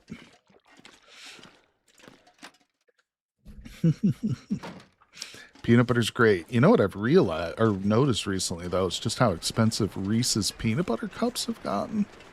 And I know everything is expensive these days. Like, inflation's out of control. And I don't even like to call it inflation. It's corporate greed is what it is. But corporate greed has gotten so out of control, and yet it feels like Reese's cups are even more expensive than, like, your average, like, previously raised price. I don't know. Maybe that's just me and my need for Reese's peanut butter cups. All right, here we go. We're going to walk right across this lake. This is the risky part because I'm going real slow because I'm just loaded down with gear. So if we get like a storm, if it just kicks in all of a sudden, we're in trouble. We could be in trouble. But what I'm going to do, we've got it set to auto walk. I'm just going to keep on this trajectory. I don't even have my hands on the controls right now. We're just walking. I know it's just not even good peanut butter. I know. It's weird, too. Because I do like them, but you're right. It's not like normal peanut butter. Normally more jelly and jam, but if it's crunchy peanut butter, it's over. Might as well make PB and PB. That's funny. Now, I'm a big fan of peanut butter and jelly.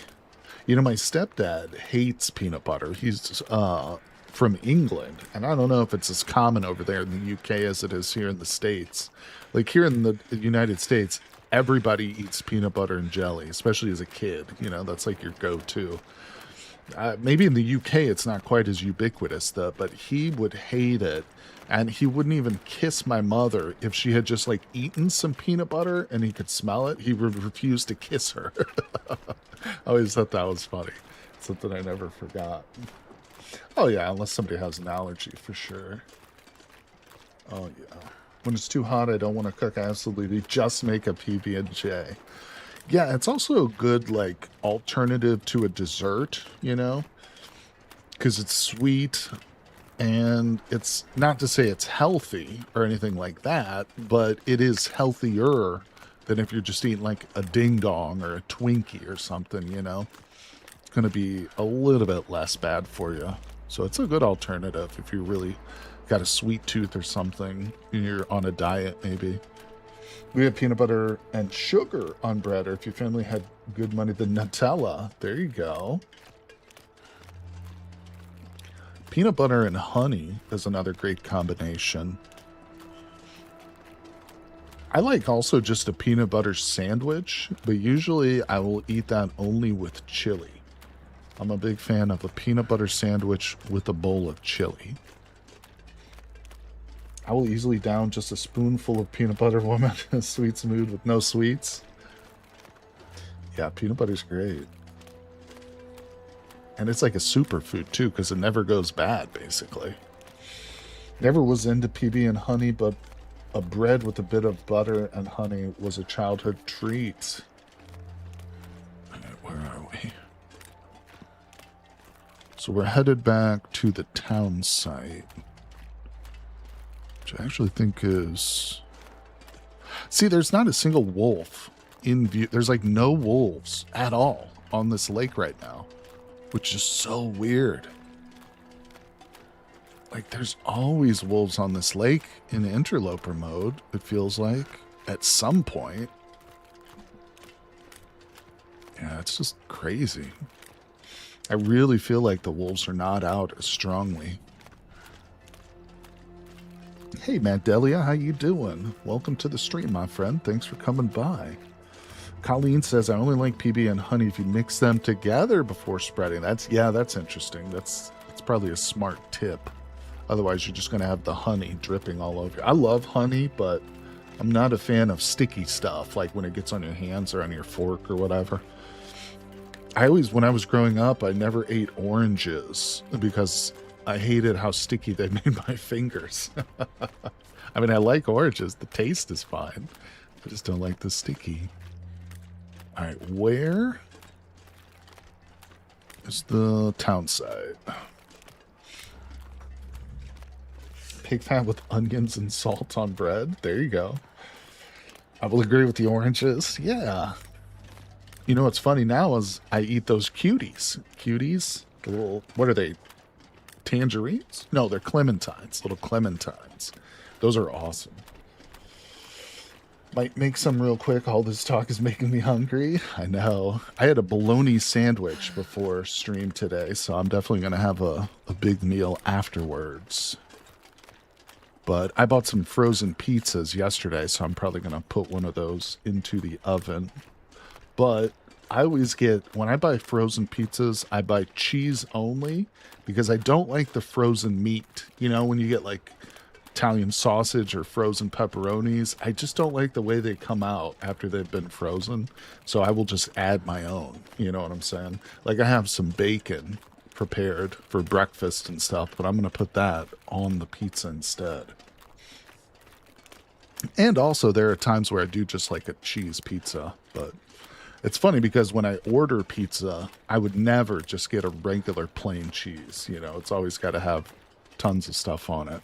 Or maybe just pepperoni, but I'm a big fan of pizza. It's definitely up there in my top 2 favorite foods, and you can tell that I put a lot of thought into it. I spend a lot of my brain power on pizza. Love being able to pop an entire cutie in one go. I don't know if I've ever tried an entire one, but hey, there's no reason not to, unless choking is an issue. I used to have a sandwich that was just cheddar cheese on bread, but the bread has to be smushed down flat. Oh yeah, I used to eat cheese sandwiches. I haven't had one in a long time, but I do like a cheese sandwich occasionally. You know, cheese sandwich is good if you're sick, if you're getting over like the flu or something and you know you're hungry, but you just like don't feel like eating. Sometimes I'm like that when I'm sick. Like I know I should eat, but I'm not really like in the mood to. Cheese sandwich is good for that. All right, where's the wolves? I swear to God, if there's no wolves here, then something's wrong. The game's glitched. No, we're fine. Game's not glitched. It's just super easy mode. We're on easy mode here, people. Oh, oh, oh. Oh, no. I thought I saw a wolf in the distance. Turns out it was just a car. Oh, here we go.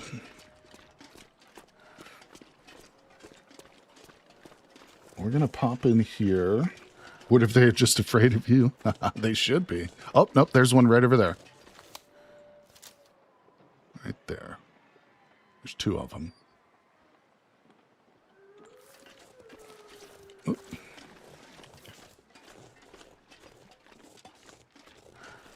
Maybe we should kill a couple and just start to skin their pelts, because then we can start to think about maybe making our own like wolf coat, you know, which if I recall, doesn't the wolf coat like scare wolves away too or something like that?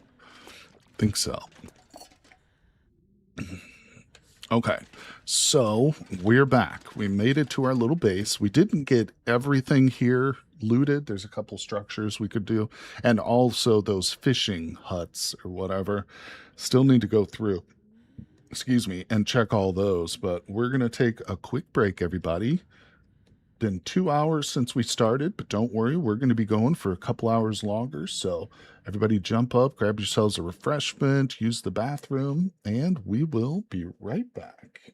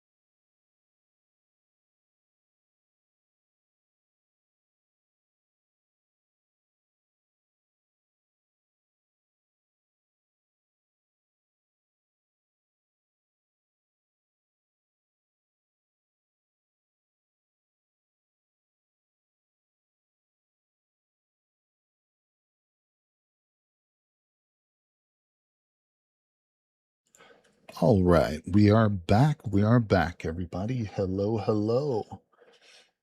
Thanks for sticking around with me.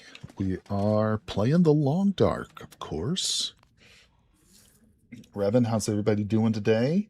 There's a storm outside and I gotta go to work tomorrow. Oh, that sucks. Sorry to hear that, buddy. Well, at least you can hang out with us for a little bit today. And anybody who isn't working, or if you've got time tomorrow, I will be streaming again. I'm going to stream Saturday and Sunday. But Saturday and Sunday, we're going to be playing some RimWorld, actually. Another fantastic game. Very different than this game, but we're going to be starting a brand new colony with a whole bunch of mods and just having some fun.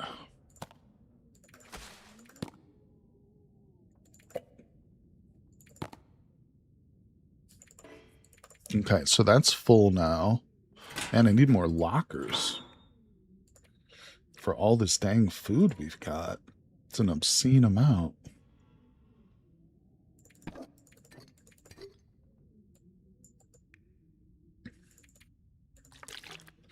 Oh, let me put that on the floor, actually.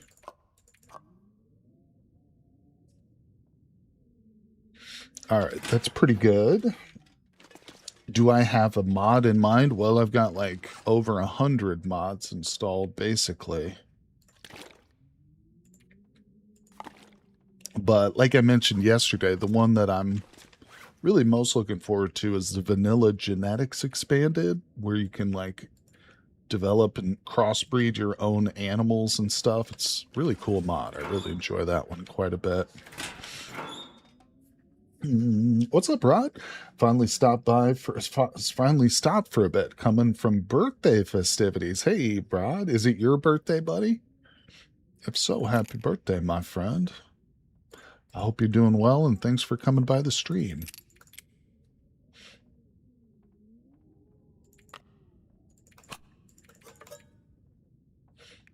All right, now I'll grab the rifle or the pistol ammunition. We need to clean this pistol, though. Yeah, this thing's in real bad shape.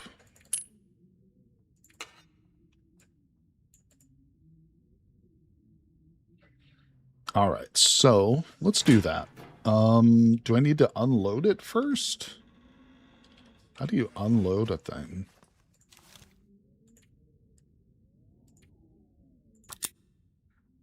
I don't know if you have to, but I'm just going to say yes, I probably should.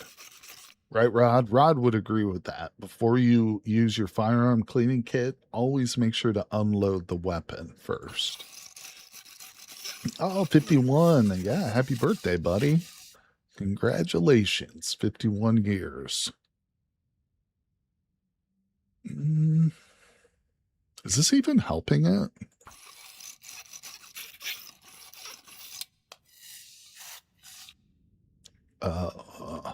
Yeah. Very, very little. Very, very marginal improvement. 3% each time. At least unload it into something, yeah. I wonder how much percentage we lose each time we shoot it. That's the question. All right, well, it's a little bit late in the day. Oops, I just tabbed out.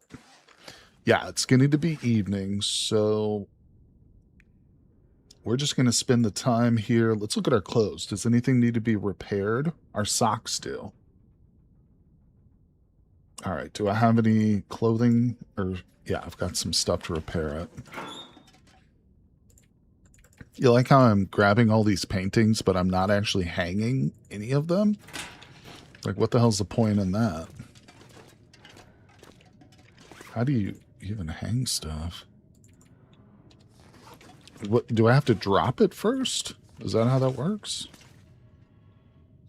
No.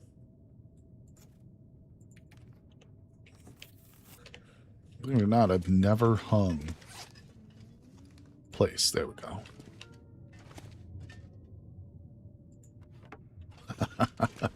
Oh, that looks terrible. Oh, I love it, though.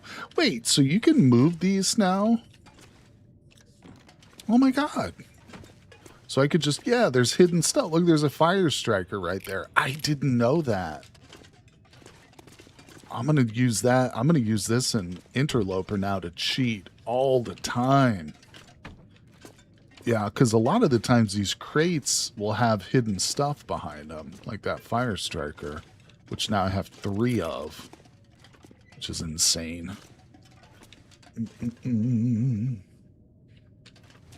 It's kind of cheating. It's all right, though. It's not a big deal. All right, so we're very tired.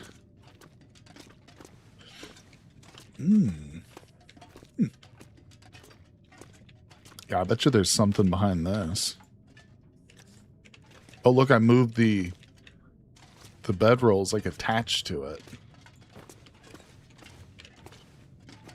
Can't get back there. All right, so let's quit goofing around. Let's get serious here, people.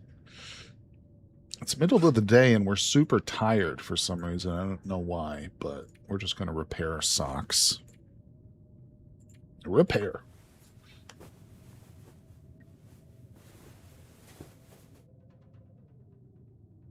Relocating is OP. That's immersive. Well, you know what? In some ways, it would be possible. You know, if you were in this world, you could move that crate. You know, you could just pick it up and or drag it or push it. You know, so it wouldn't be impossible.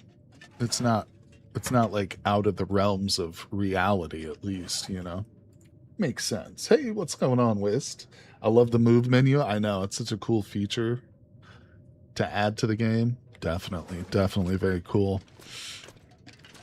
You know, I was thinking we could spend some of this daylight, get like reading, but to be honest, I should probably break up some of this crates for wood.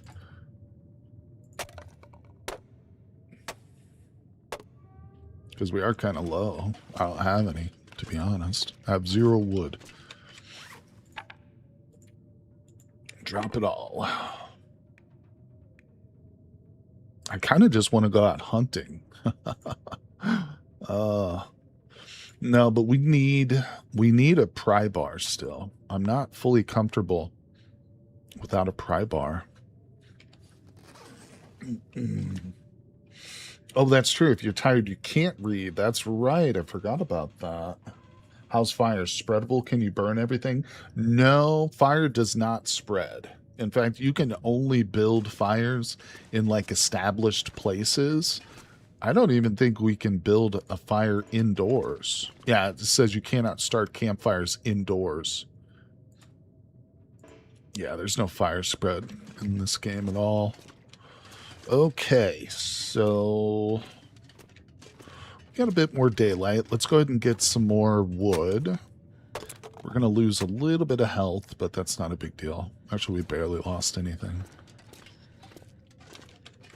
All right, I know it's basically pitch black right now, so what we're going to do is stand right here at the bed, and let's drink some water. I have no water.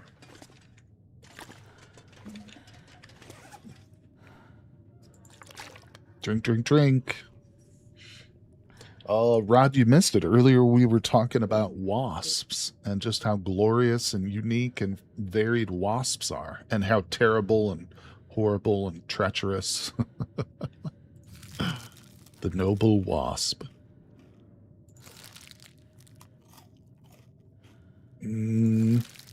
Now, we were talking about Star Trek yesterday, and I mentioned the show Enterprise with Scott Bakula. I actually really enjoyed that show. I love that. I wish it had gone on to like a full 7 seasons instead of being ended at season 4. But there was a line in it that has always stuck with me that I've never forgot when Jonathan Archer was like communicating with an alien, and it was like a hostile alien. So he's just like, he's trying to delay it. He's trying to buy time. And so he starts spouting off all these facts about Earth.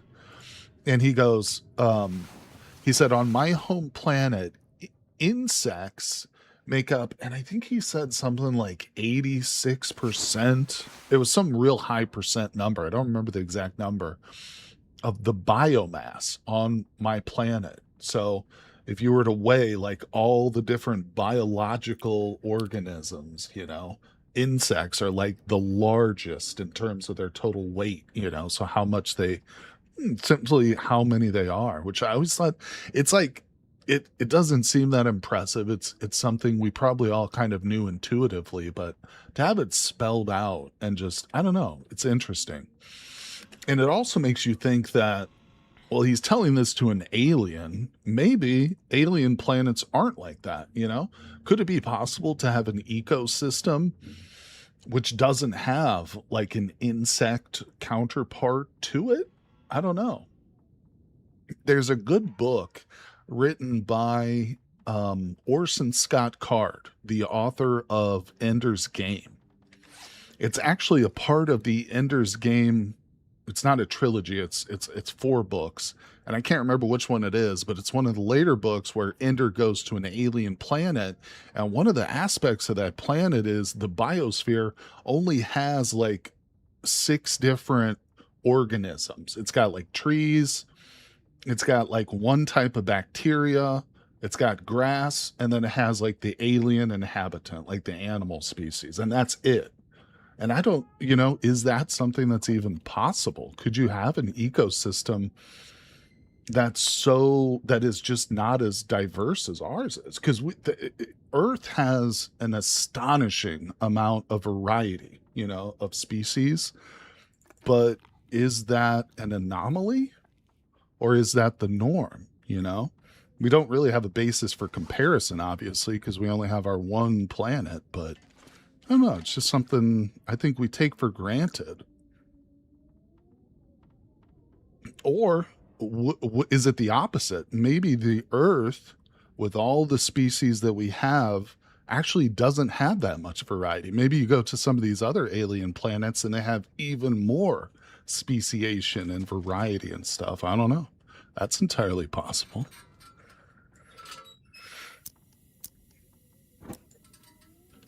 But I don't know. What do you guys think? Strange credulity, but I trust Ryan. He only pronounces things wrong. I can't believe they outweigh the literal billions of trees and their roots and systems combined with every other type of millions animals and other plants. True, true, true. Yeah, it would be interesting to know how like vegetation factors into that for sure, for sure. I'm sure other entities would take the place of insects. You think so?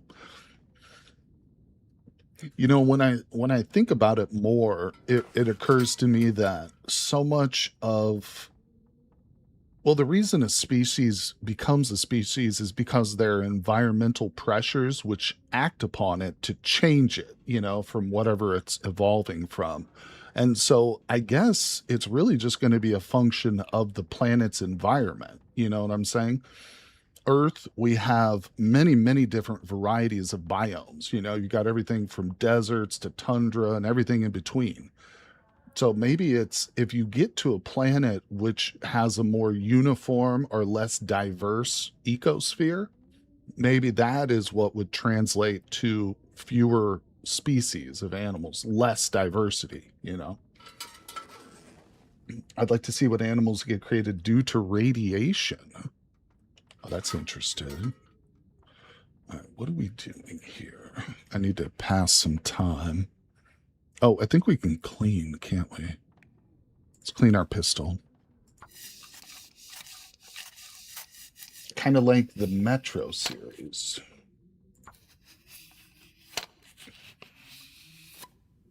Well, I don't know about mutations from radiation, but I do know that in general, most mutations are deleterious or harmful. Most mutations which happen will kill the organism, will cause it to die outright because of some defect, or it just won't be as fit for its environment because of the mutation. It's all random. And it's going to be more often than not a failure versus a success. You know what I'm saying? Chernobyl, it's an interesting accidental lab. Oh, Chernobyl is so scary. I never really appreciated it for what it was until I watched the HBO miniseries on Chernobyl, and then my whole perspective on it changed. Like we almost that catastrophe could have been global. It could have. I don't know if it necessarily could have wiped out all life on Earth, At least not like in a year, but it could have had a far, far worse impact, not just on Europe, but on the planet as a whole. Yeah, Chernobyl was an incredibly dangerous accident, which was only barely contained and still to this day is a threat. They literally built what they call a coffin around it. It's just a large metal box, that sits around Chernobyl because that radiation is still present. It can still kill you if you go in there and stuff. And it's going to be like that for thousands of years. Yeah. There's what they call the exclusion zone around it, where it's like it's illegal to even go near it. There are certain checkpoints which you can't go past, you're trying to get into Chernobyl. Absolutely frightening, the power of the radioactivity that goes into that, and like how quickly those doses of radioactivity affect the human body too. Really, really frightening.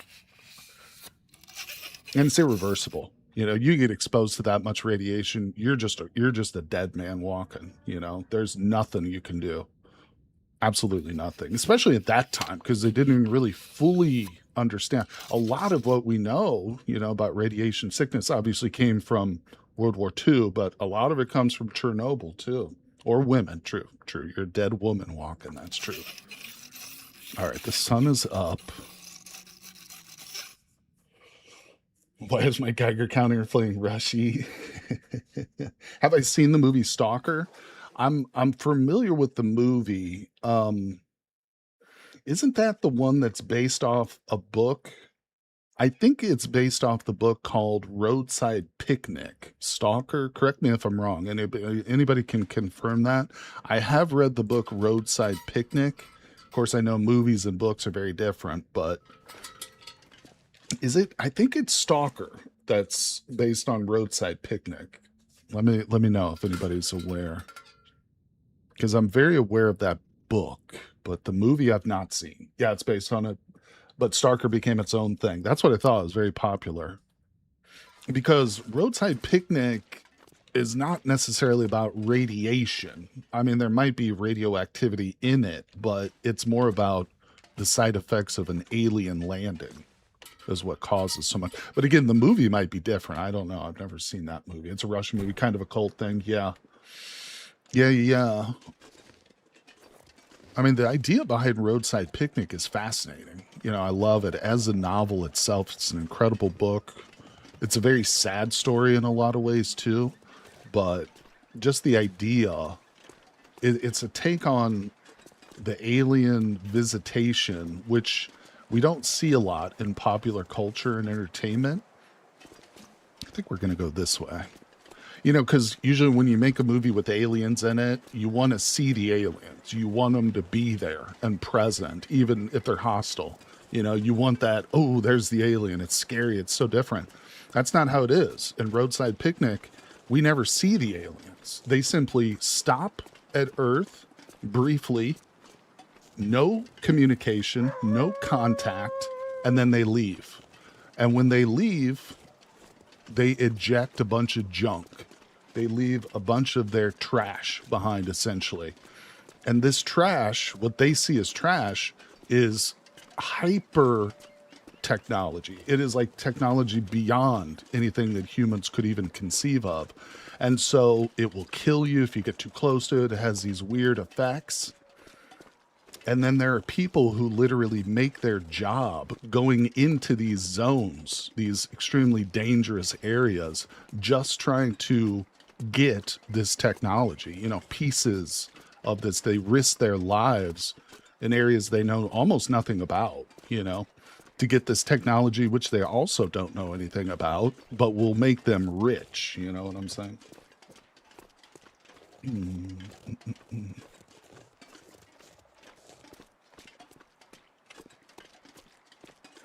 Okay, Stalker doesn't ever really say what caused the destruction in the exclusion zone. Yeah, the novel Roadside Picnic is about an alien visitation, like I just laid out, but the title of the book is an analogy. It's a metaphor. if you were an ant living on the side of a highway and a family drove down the road and they stopped to have a picnic, as an ant, you would be attracted to that because of the smells of food.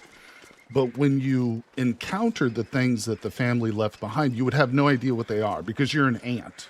You only know that you have some attraction to them for some reason. In this metaphor, in this analogy, we are the ants.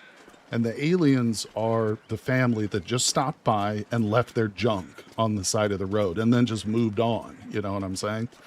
And we were drawn to it because it's high tech, but we don't know anything about it, you know, and it's extremely dangerous.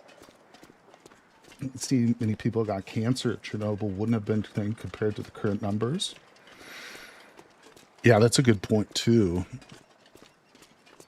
I've also heard, and I think that this was also caused by just the testing of atomic bombs, but certainly Chernobyl accounts for part of it too, that every organism that exists on Earth nowadays has a certain amount of radioactive molecule in our bodies because of the human detonation of atomics on the planet.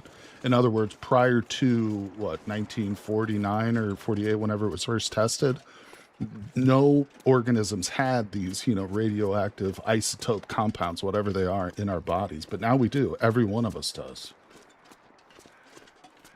Most materials do almost in everything, yeah.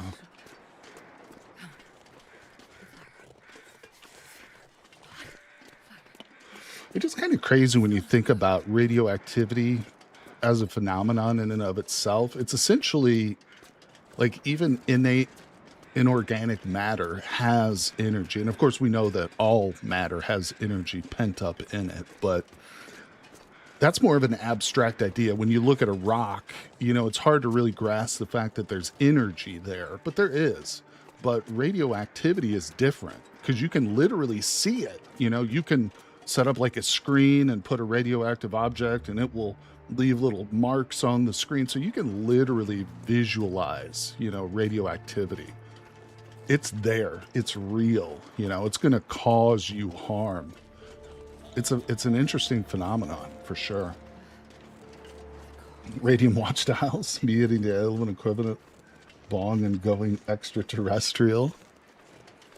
Certain radiological equipment needs to be completely radiation free, and they scrap really old shipwrecks for radiation free steel. That's interesting. Yeah, I didn't know that. Yeah, that's going to make things like asteroid mining and stuff even more valuable in the future, acquiring metals and stuff from non-Earth environments to avoid like contamination and stuff. That's kind of a cool idea for, I don't know, for like a basis for maybe like a story or something. I could see that being an interesting sci-fi story. Like, obviously the motivation to go and mine asteroids and comets is there for just pure economic reasons, but there's also these purity reasons too, which I never really thought about. But yeah, that's really interesting. All right, we're getting a little bit cold. We are in a connector point though, so that's not great for us to build a fire here, but we're going to get warmed up real quick. We're headed to Desolation Point. I vaguely remember reading, hold on, I'm sorry. What am I looking for? Here it is. I vaguely remember reading increase in thyroid cancer because iodine and thyroid binds more strongly to radioactive molecules and one other type of cancer for Chernobyl, but don't quote me. Yeah, that's true. In fact, that's why they take things like Prussian blue tablets and stuff to help mitigate that, because I think that those will bind more to the compounds like the whatever's in the pills and stuff. Well, this stuff will come in handy. An asteroid made of solid gold the size of Manhattan wouldn't be worth it right now. Long way to go. Let's see. That's cool, but there are so many factors that saying all these increase happened purely due to Chernobyl. It's pretty much impossible.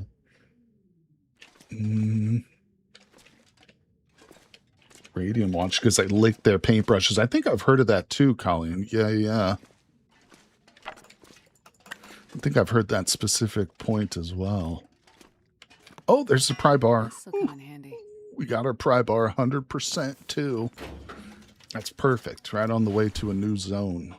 I'm going to have to stop picking stuff up. If we don't need it, I'm just not even going to grab it anymore because we're way overweight. We're going to be way overweight. All right, we're warming up. How much food did I bring? I brought a crap ton of food with me.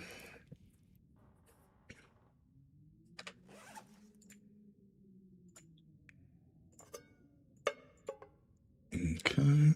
Let me get my gun out and reload that sucker.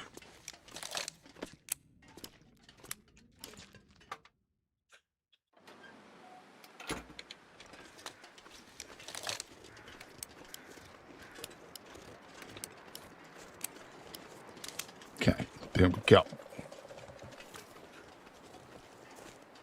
The radioactive Boy Scout. It's just way too funny. I've never heard of that one. There's definitely wolves in this area, so we got to be on the lookout. Yeah, the wolves in Stalker are definitely, they definitely feel like a lot less than what we would see on Interloper.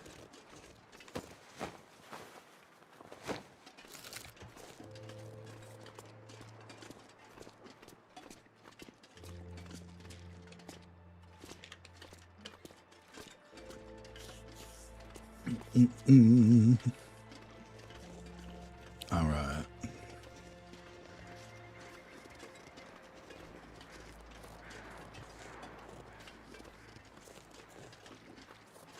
So now we've got all the tools we need. At this point, there's no tool we don't have, I think. There might be, actually, because I don't know.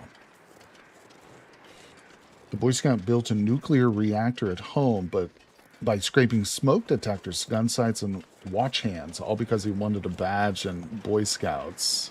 Oh, is that the one? And they showed up at his house? Like the government showed up at his house, basically?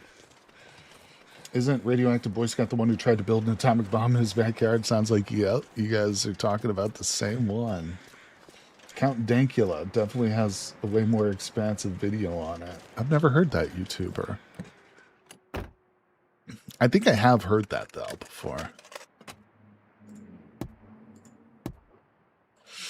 Well, you know what libertarians would say. The libertarian political belief system says that there should be no government, essentially, which equates to no government regulations.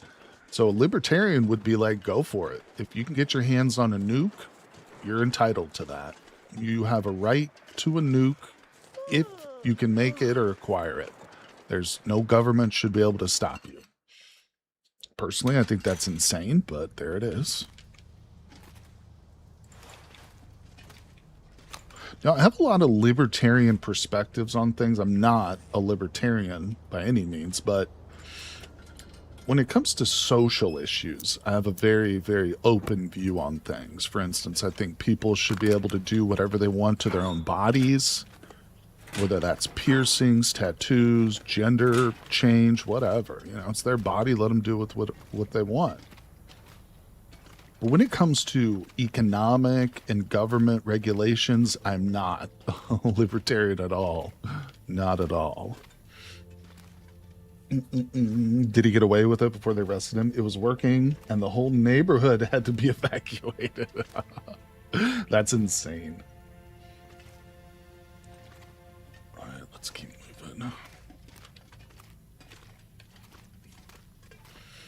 So, we're coming to Desolation Point. This is technically one of the spots where we could forge our own weapons and tools. Although I don't think we're going to do that this trip. we might set ourselves up for a future trip where we will do that. So in other words, I'm going to grab a bunch of this coal and take it with us. Not that. Oh, work gloves, ski gloves.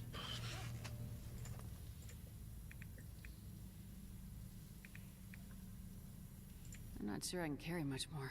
Shh, shh, shh, shh, shh. Don't talk to me, Astrid. I don't want to hear your voice.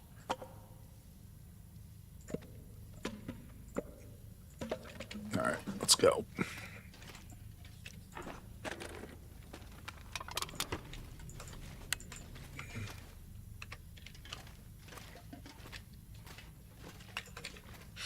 We're moving.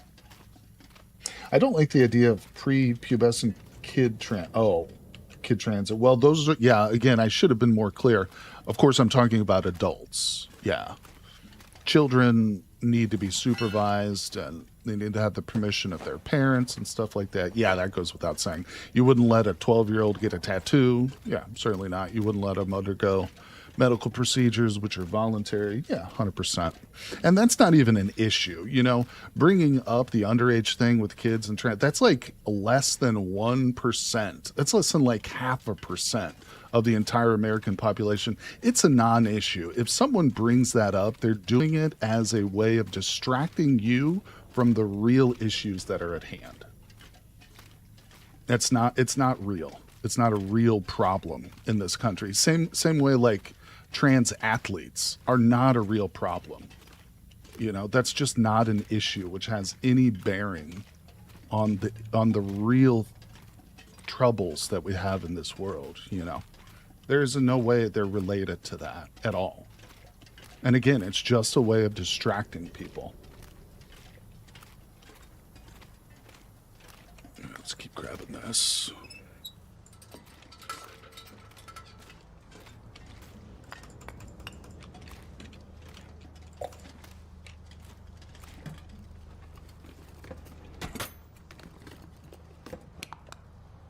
But if it saves one child, shouldn't it be illegal? No, because your statement is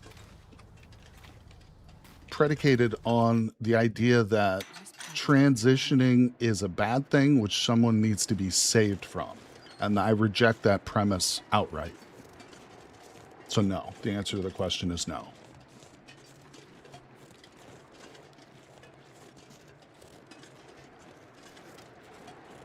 But, you know, it's a very sensitive topic, too. A lot of people have their beliefs on it, you know. A lot of people who have never even met a trans person have, like, these real strong opinions, which is kind of crazy to me.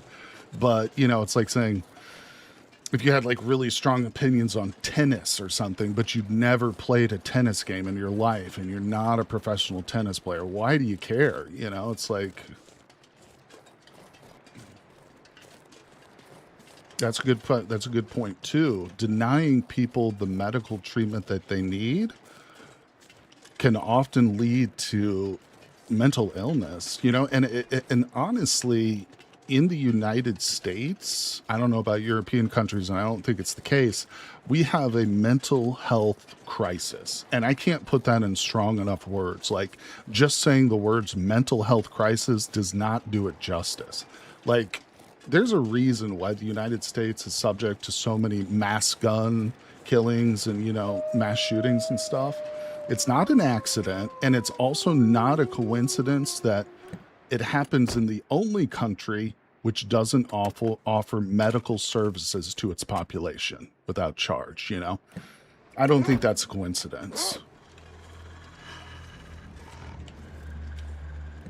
All right, hold on a second. Kill a little time here. We wait for this guy. All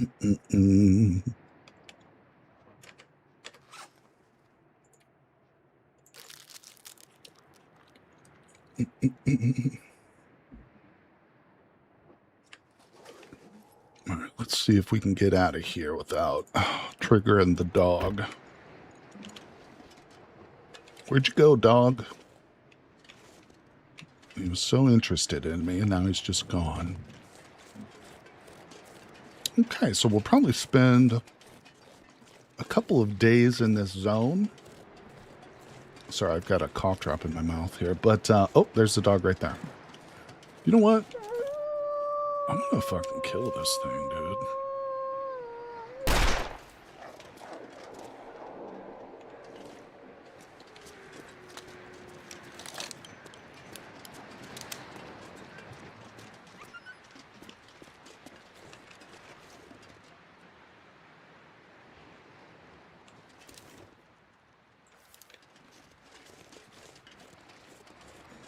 Okay. Come at me, huh, buddy? Bring it. Shit. That didn't last long. Okay, Stalker is very easy. That would have been a life or death struggle on Interloper right there. How did I miss it, too? God damn it. The thing was like point blank. I gotta get my aims down a little bit. My aims. I know that was a terrible shot. Come here. I choked. It was the kickback. I wasn't ready for the kickback on the revolver. That actually might have been the first time I've ever shot this revolver. Because again, normally I play Interloper, so there are no firearms, but yeah, I legitimately don't think I've ever shot this gun before. We have 28 bullets for it, though. And we can make more, too, right? Oh, where you at? Bring it. I'm going to kill this dog. Let's get him on some level ground here. You missed the moose point blank, don't worry. That's even worse. Yeah, you know, that's something I've never done, too, is to kill a moose.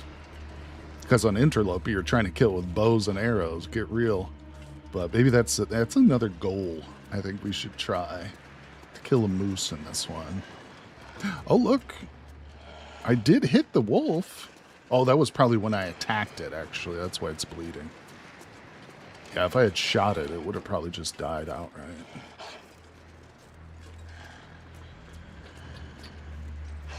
If I point at it now, it'll come running at me. Alright, let's do it. Come on, punk. Dirty Harry over here. Got him! Look at that mouth.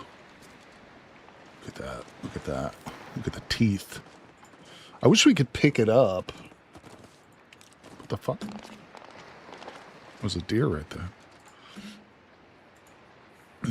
40 minutes. 40 minutes. I do want this hide. Let's see. It's midday. Temperature, we're actually warming up right now, so I think I'm going to go ahead and just grab the hide. I don't care about the meat.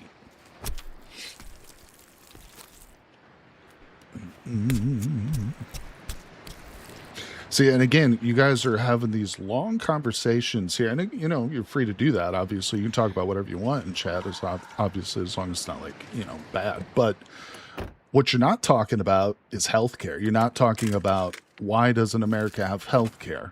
Why don't we have greater regulations on corporations? See, think about what you're not discussing when you're talking about these social issues which do not affect your life in any way. I'm assuming maybe you have a trans kid or something. Maybe it does. But for the most part, most people will never even meet a trans person. Like I said, you will engage with the healthcare system during your life, though. And yet that's not the conversation we're having. Why is that? Why is it that a conversation about a person's personal medical choices is more triggering than 30,000 Americans dying every year because of lack of adequate health care? Why is that? You know, think about that. We live in a country that has been propagandized to more than any other population in history. In the history of the world, there has never been a society which has undergone the amount of propaganda that the American system pushes on us. That is the reason why one single conversation, one single mention of a subject which has no relevance to your life whatsoever is more triggering than when I say we don't have health care. it's because of the propaganda. It's because that's what the billionaires and the people, the capitalists, want you to do. They don't want you to have conversations about the corruption in the system, about this and that, the rights that we should have but are deprived, I shouldn't say, I'm being a little bit flip when I say, the trans issue isn't going to affect everyone. You're right, Colleen. I shouldn't make those assumptions. You're 100% right. It is a thing which is affecting more and more people, as it becomes less and less of like demonized, then more and more people will come out, and it will affect more people's lives, certainly. But I think you can understand where I'm coming from with the point I'm trying to make, in that it's certainly not as impactful on your average American's life as how they deal with healthcare, which is what I'll keep going back to again and again because it's such an important thing.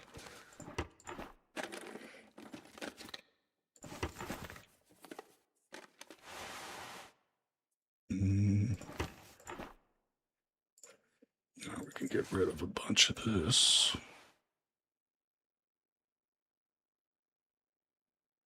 So much of it I want to keep. This is why this game is so hard on Stalker. Like, the gameplay is pretty easy, to be quite honest, but it's hard just dealing with inventory. I don't need that. I have 6 flares on me right now. I want to drop some of them, but I know that's like crazy. Right, 89 pounds. I've got 3 things of this on me. Yeah, this is wild. But, we'll just have little stashes set up, I guess, across the map here. It's little stashes with loot in them. I have so much. And I mean, we just started this map too, so there's going to be a lot more that we've got to loot. So, okay, we want to drop the skin. Our healthcare system is a hot mess of politicization. Yeah, government regulations protecting corporations instead of people. 100%, Colleen. Colleen knows better than most, too, not to dox Colleen, but I know that she has a job in the healthcare industry, which gives her a closer perspective. Yeah. But again, it's something that every single person is going to get themselves involved in at some point in their lives. Are so hostile to trans people.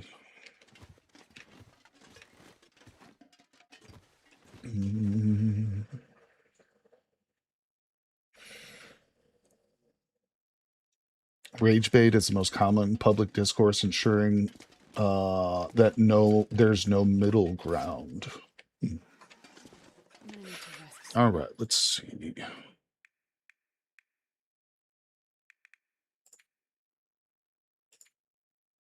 I just have too much stuff. Most of it's in soda, too. You have way too much soda.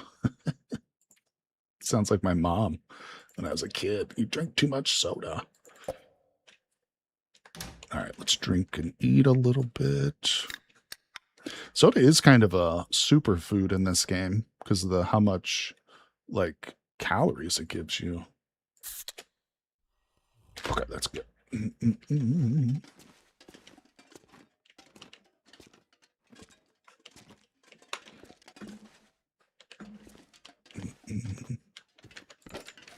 Oh, more food. I'll take the tea and the oil. God, it is so hard for me not to grab every single bit of food here, but we just don't need it. Not going to take that lantern. That's like the 10th one we've seen. What's this? All right, keep looking, keep looking.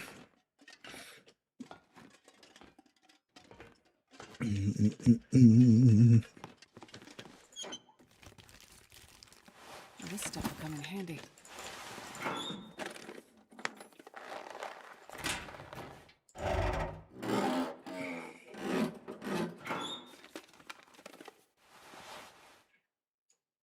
want that.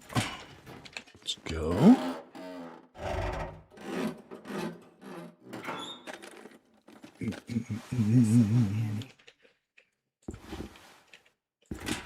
Oh, what was that? Reading chat here. Do I want these ski boots?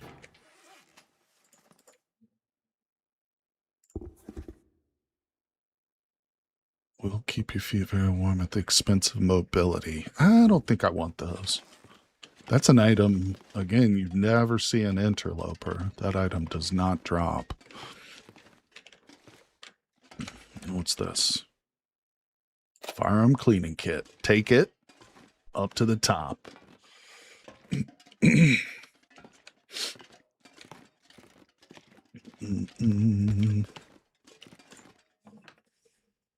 Not sure I can carry much more.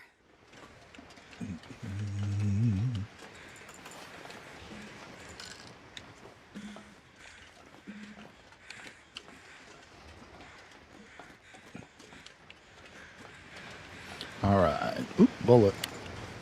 Good, good, good. Oh, what's this? Oh, lantern fuel. I thought that was a flask. Thought I found some liquor. Whew. All right. Here we go. Imagine, it all just started because I mentioned libertarianism.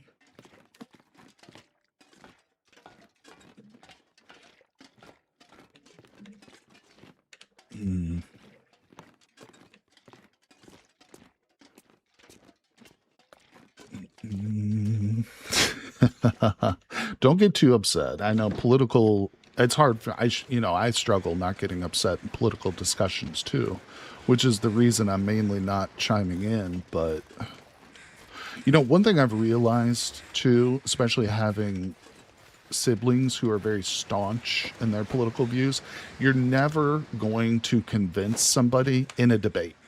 It's not going to happen. It's a fantasy. You might be able to do it, but it's going to take multiple sessions. You're going to have to know this person. They need to know you on a personal level. In addition, like I said, you're going to have multiple conversations with them.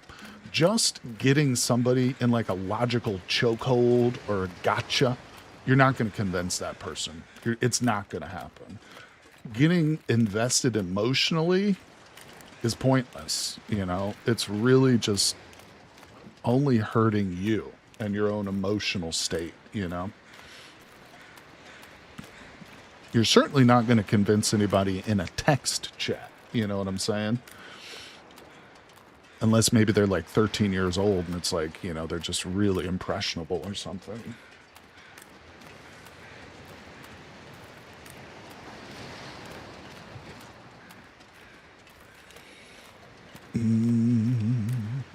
All right, let's see. I just realized too that I'm super tired right now, so we're going to go back to the lighthouse. I was going to head over to explore more, but I realized I'm super tired, so we're going to have to sleep. But that's not a big deal.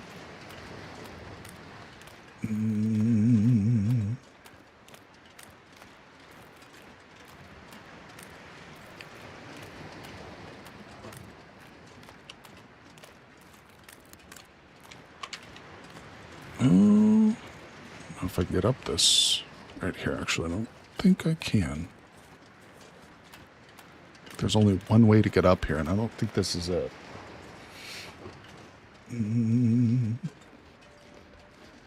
Oh, maybe this is it. Okay. We're good. We're good.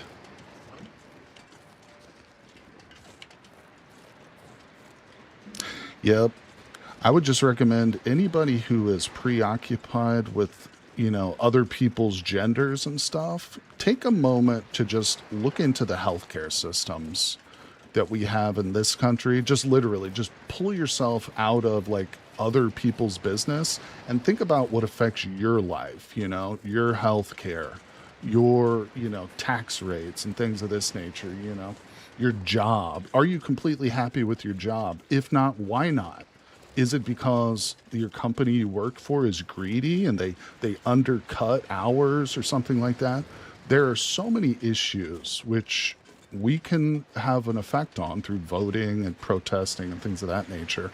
which have so much more relevance to our lives than the trans issue does. Now, again, as Colleen pointed out, there are a lot of people who have that issue close to them. And if that's the case, I'm not telling you shouldn't discuss it and stuff. But, just take equal time to examine some of the other factors in life,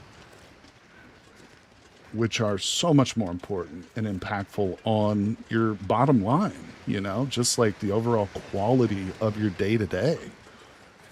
If we banned all transitions, no one here would have like a single change to their day to day, except people who had like direct family members. You know what I'm saying? No one here would be affected in any way, positive or negative, other than people who have direct relationships. Really wouldn't. You want to talk crazy stuff about radiation again? Yeah, we can change the subject. I agree. Like I said, it's a hot topic, and it kind of came about through my fault. It was my fault. I brought up the whole libertarian thing and used that as an example. And of course, we've got people who are on both sides of the fence. So yeah, we can talk about other stuff for sure. For sure. I think that's a good idea. Well, it's not even selfishness. There's a difference between being selfish and having a rational self-interest. That's a big deal. It's a big difference. All right, let's see here. So also, I think it's the height of selfishness to push. Well, I won't get into it. I said we won't keep talking about it. We won't keep talking about it. Which explains a lot.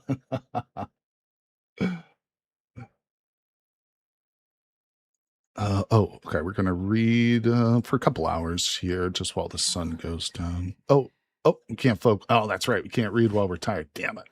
All right, I forgot about that. We will clean our guns. We will clean the gun, unload it. Now, I kind of want to see what happens if I clean it with it loaded. Yeah, I think it's probably a good time to just drop the whole trans discussion. Not to say that it isn't important. Well, I'm not like, prohibiting it, but I think like Rod said, everybody said their positions. And again, like I mentioned earlier, you're not going to convince anybody in this chat right now of your opinion. It's not going to happen. Trust me. So there's really no point in going on about it. Okay, so that's done. Yeah, that's something, I learned the hard way. Even if you have the best intentions and the most logical arguments, some people are too stuck in their ways. Let's talk about the American Revolution. What's your opinion on Benedict Arnold? Great question, Big Riz. I love it. I also like your name, Big Riz Pizza Whiz. Let's go. Anything with the word pizza in it is right up there with me, buddy. Right up there.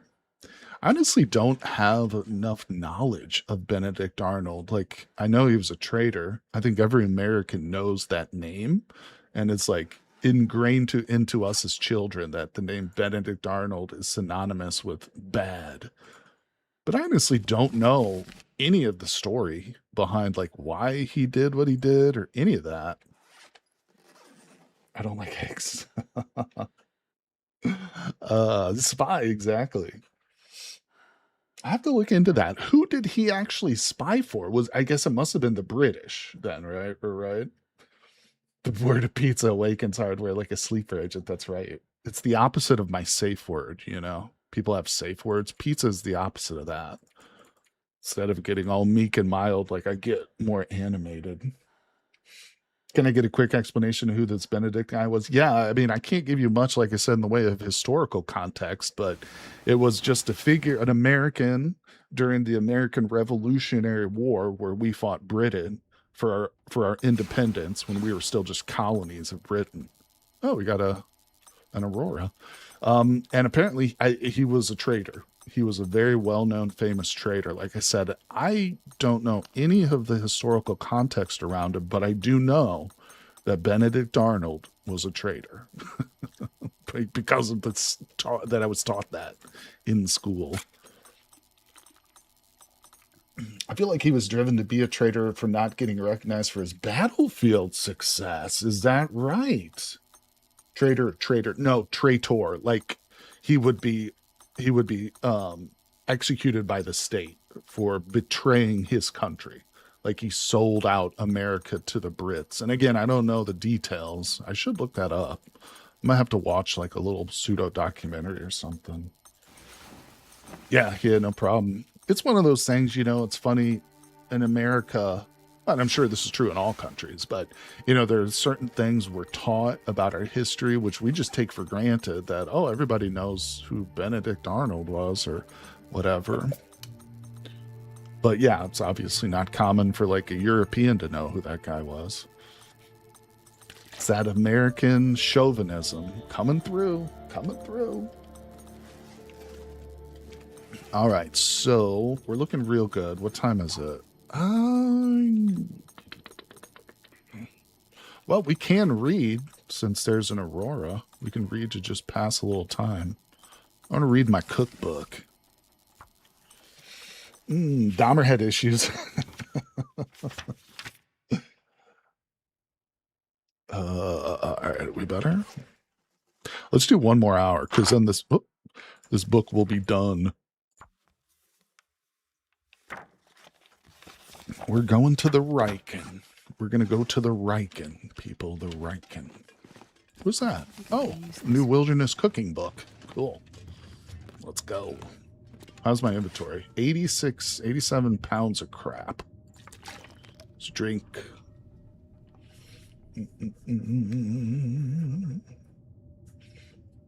Yeah, exactly. You can say much about Pitorif Sandor. No, I don't know who that is. I'm guessing Polish, though. Is that right? Is that Polish? Oh my God, look at this weather. We can't travel in this blizzard. I can't see anything. Damn it. We're going to have to spend the day reading.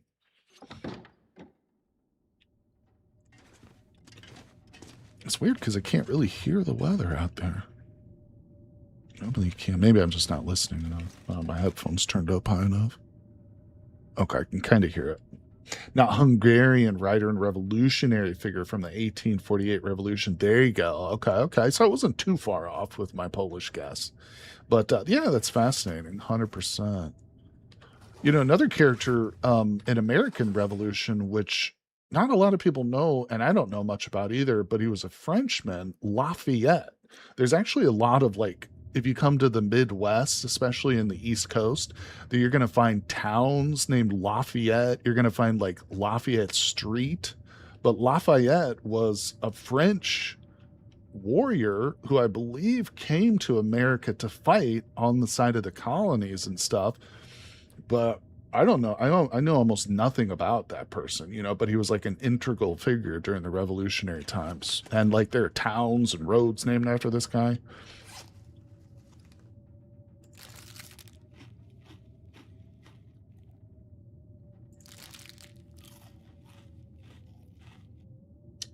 You think it was a nobility?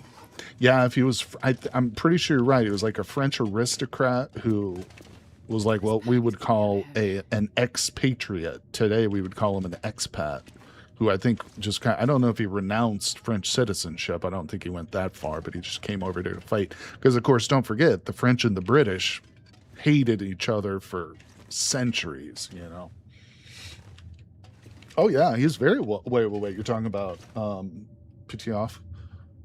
There's another character from, I believe, revolutionary times, which I believe he was Polish, Kazimierz Pulaski. And I don't know if that's something that's only celebrated here in Illinois, but we have a Kazimierz Pulaski Day. And again, I don't know anything about the actual history around Kazimierz Pulaski, but apparently it was another figure who warranted a holiday. The French were quite a bit more important in the American Revolution than many people are aware of. That's true. The French and, well, the Native Americans too, obviously. But yeah. The French were here, before the colonies even became the colonies, obviously. Yeah, and I mean, there were parts of Canada which I think England and France went to war over, who would control it and stuff like that. So yeah, France has a very important role in the early formation of the American country. And obviously the one thing we are taught a lot about in school is the Louisiana Purchase, which was Ben Franklin buying like a huge portion of America from the French. That we are taught in schools was an integral part of the formation of the American country too. Just hate admitting it. See, that's no, that's totally wrong to say, dude. Drop any of this gear. Yeah, that's kind of a bad thing to say, Rod. I'm not gonna lie to you. I mean, if you've ever been upset because somebody judged you as an American because of the things your country has done, well, you've just done the same thing. But either way, no big deal. All right, so let's eat some crackers here. I'm really just trying to pass some time. Okay. Well, we can read a bit more because it's still pretty snowy out there. This is what I was talking about yesterday. When I've been asked before, have you ever learned like any real life lessons from survival games? And the answer to that question is yes, right here, this very moment. Because I'm not learning anything about like how to start a fire or how to purify water, none of that. What I'm learning right now is patience. I have this whole plan. I want to go and explore and I want to go look around, but I can't. I come outside and there's a literal blizzard. If we were in a survival situation, this exact type of scenario could happen, very likely would happen, And what I'm doing now is exactly what I would have to do in that scenario. So yes, you can learn lessons, I think, but they're not the kind of lessons most people would think they're going to learn or would want to learn or something like that. Not sure I can carry much more. All right, is it still storming out there? Look at this. Yeah, just an all-day blizzard. But we're prepared for it. We've got lots of books and tons of food, so we don't have to worry.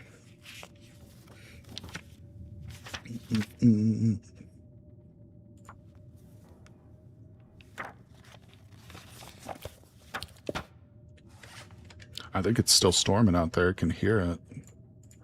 Might have to start a fire just to get some water boiled. So I'm out of soda. Still going, isn't it? Oh, yeah. Uh-oh. Hold on.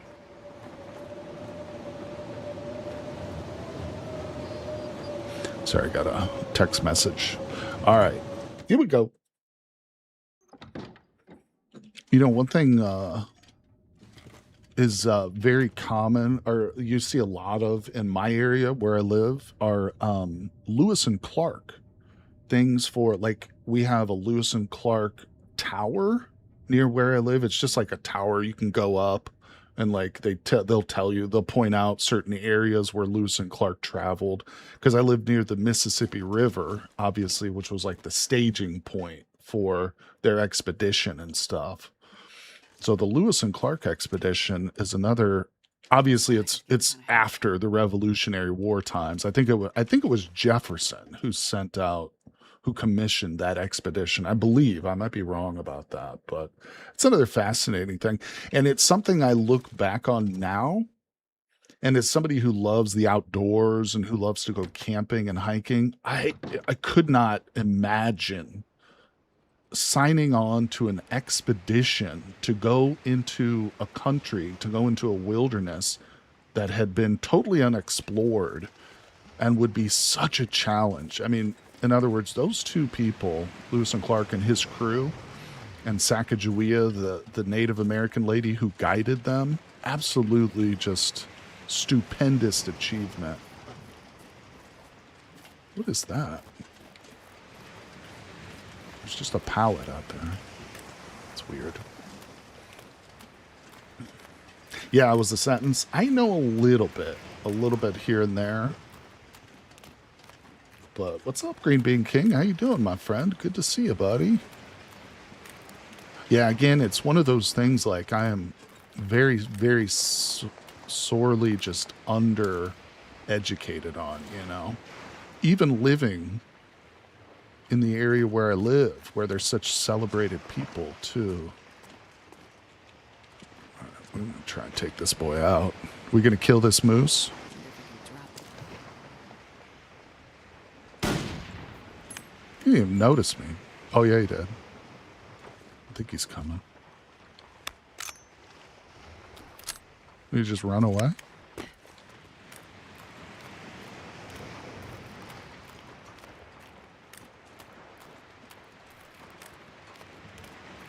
Where'd he go? I'm not... Oh, there he is. Oh, yeah, he's running.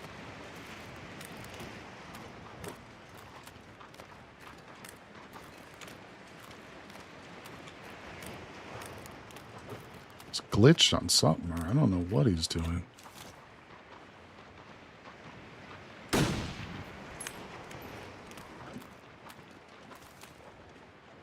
What's he doing? Is he glitched? Ah, that was a bad shot. Let me get real close to him. Turn to me. Turn. Got him. No, I didn't. Now he's down. What was that, like 7 shots? Oh, listen to his death knell. Yeah, we're on Stalker. Playing Stalker difficulty. Ooh, look at that eyeball. He looks pissed at me, doesn't he? It's already 1% frozen. It's been out here for 2 seconds. This is my first one I've ever killed. Normally I play Interloper, and like I don't even try to kill these things with the bow and arrow typically. But hey, that was cool. So I got the skin. How heavy is it? 11 pounds. I'm really overweight. I don't even care about the animal. See, this is why I don't like Stalker. I shouldn't say I don't like Stalker. I don't like the abundance of loot. Because, I don't even need to butcher that guy. Because there's so much food, I'm literally leaving food behind, you know? But, I don't know. I think what I really want is to play on a custom difficulty. That's what I really should be doing. I need to play, like, Interloper, but with some tweaks. Yep, now we can make the moose satchel. Make sure to pick up the casings. Oh, that's right, Pista. I forgot about that. We can redo those. Now, Pista, you seem to know a lot. Is it still the case that you can only refill bullets at Bleak Inlet? Isn't that the case? Because again, playing as an Interloper player, I've never refilled a bullet once. Yeah, I don't know. I think that guy might have been a little bugged on those rocks there or something like that. Because you're right. Normally he would have probably just charged me and killed me. Oh, and Black Rock, which is way say, okay, that's good to know. Yeah, see, Black Rock is one of those maps that I never visit. I should check that. Maybe we'll do that. Not sure I can carry much more. That'll be our first zone that we try and really investigate. All right, here we are in the Riken, the ship with the forge. Now, we're not going to do any forging, but cougars are turned on, yes. Yes. In fact, I'm going to come in here real quick and drop some stuff. We'll go back out and kind of loot again. All right, let's go check out what's out here.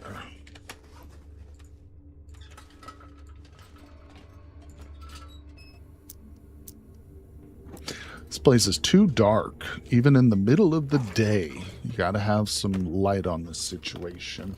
Yes, be prepared for anything.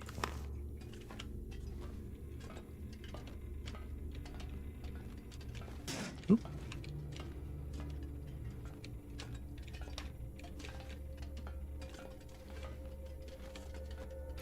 Yeah.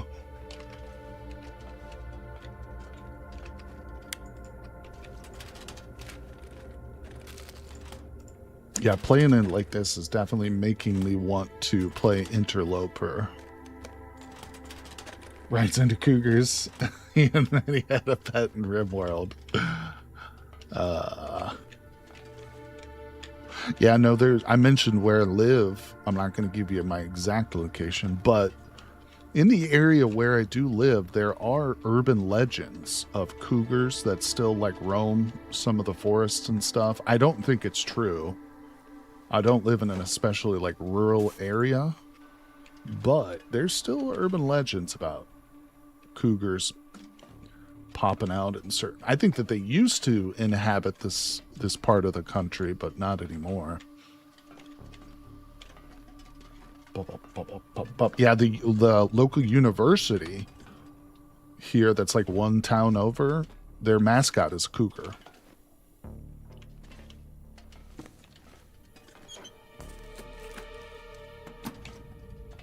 Ooh, thermos.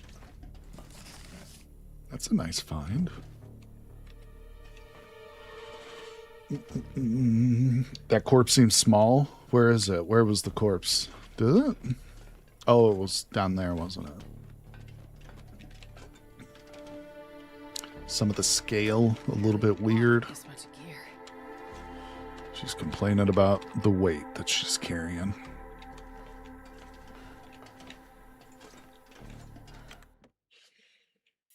Now you can take your coffee and tea with you. That's right. That's right. We can boil some up. Keep it with us. Up the right way. Here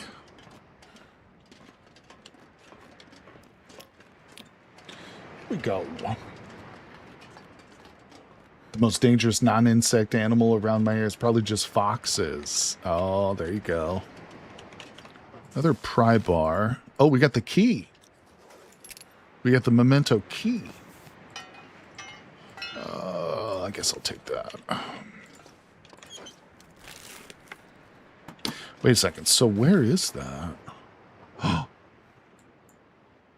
I know where this is. We might be able to go get that right now. Bullet. Was there a mutiny on this boat? Why are there bullets over here?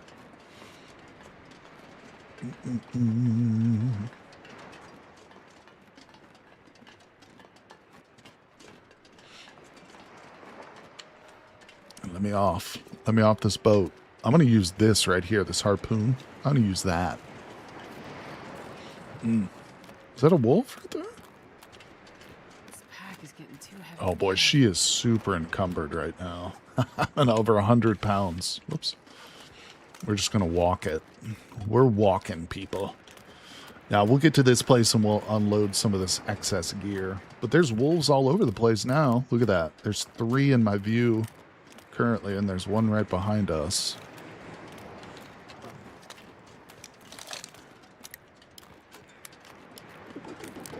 Pry bar can double as a weapon. It can be used when you get into an actual physical encounter with the wolves. Yes. Excuse me. If I fail to hit the wolf and it jumps on me, you'll see there's going to be like a little line of icons at the bottom of the screen. One will be like our axe, one will be our knife, and one will be the pry bar. And basically, you just choose which one you hit the animal with. Yeah, I've never loved the way that wolf encounters work. Just simply like spam pushing the button. Just to like beat... I've always hated that. I wish that they would add like some sort of real mechanic or like a more well thought out mini game or something. I don't know. But just like clicking super fast always felt kind of half baked to me. All right, we're getting pretty close to these boys here. We're going to try and sneak up into this place without them noticing us. Yeah, D&D style skill check would work, sure. Yeah, I would even prefer that. Just like a straight up skill check. Yeah, 100%. I would prefer that to just clicking the button really fast because I'm not that good at that, you know. I remember playing old Mario Party games. Obviously, those were on console, but, you know, some of the games would just be dependent on you clicking your button really fast. It's like, what are we playing here? Is this a hardcore winter survival, or are we playing Mario Party, you know? I'm not going to be able to carry this If you load hit for much a small longer. part of the circle, you outright kill the wolf with no damage taken. Yeah, like a little quick time event would even be acceptable. Yeah, sure. 100%. I would be down for that. But, I mean, the game has been out now forever. They're, in fact, working on a sequel to it, so I don't think they're ever going to change the way the wolf interactions happen. I just hope in the next game they come up with something a little bit better. Yeah, now that we're talking about it, though, I think a quick time event would work really well, to be honest. And I'm not a big fan of quick time events in video games for the most part. I think they're kind of a cop-out in a lot of ways. But that situation would lend itself pretty well. It's hard to see now, guys. I know it's pretty dark in here. Another pair of long unders.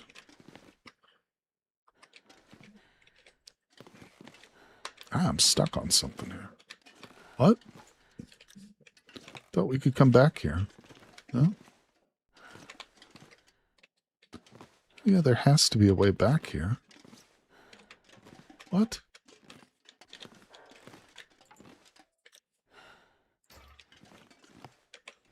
It's like the mattress that's doing it.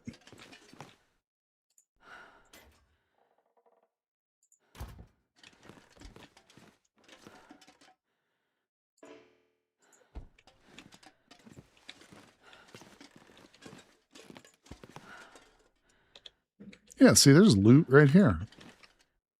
I'm not sure why I couldn't get through that little spot. That's weird. I don't think you're meant to move the stuff around like I just did to access that point. Maybe it's because I'm too overloaded with loot. Was it crouching? Yeah, it was probably a crouch. That's probably what it was. I was overthinking it.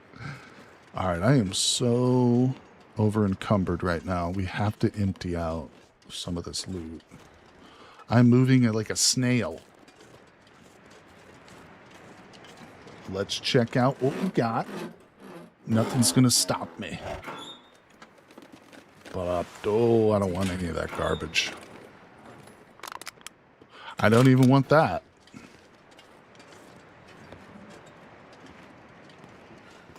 Here we go. Yeah, to be, you know, it's funny too, because I'm still playing like I'm playing Interloper. You know, now that we're here at this location, I'm realizing I didn't need to come here. Like, yeah, I found the pry bar, but we could have found that pry bar anywhere pretty much. I really didn't need to come to this location at all. You know, half the loot I'm just going to leave behind because it's too heavy. It's interesting, though. Like I said, we should have probably just stayed at Coastal Highway, read all the books that we had, just like learned all the books. Yeah, I'll have to rethink some of the strategy. Look at this. Look at all this stuff. And, you know, we can kind of look at like some of the loot in these areas as like an insurance policy. You know, if I don't even know what I can drop right now, to be honest.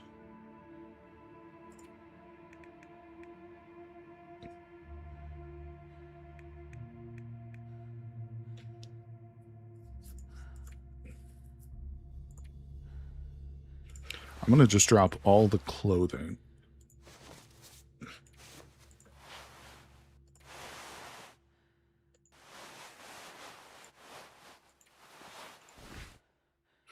I hate to drop these things, but maybe we can actually put these on, actually.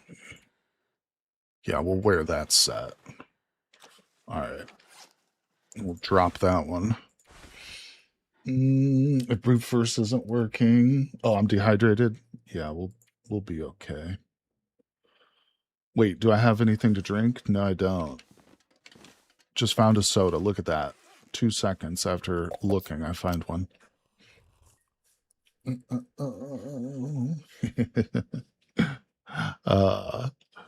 All right. Yep. Dropped off some loot just so I can fill the bags right back up.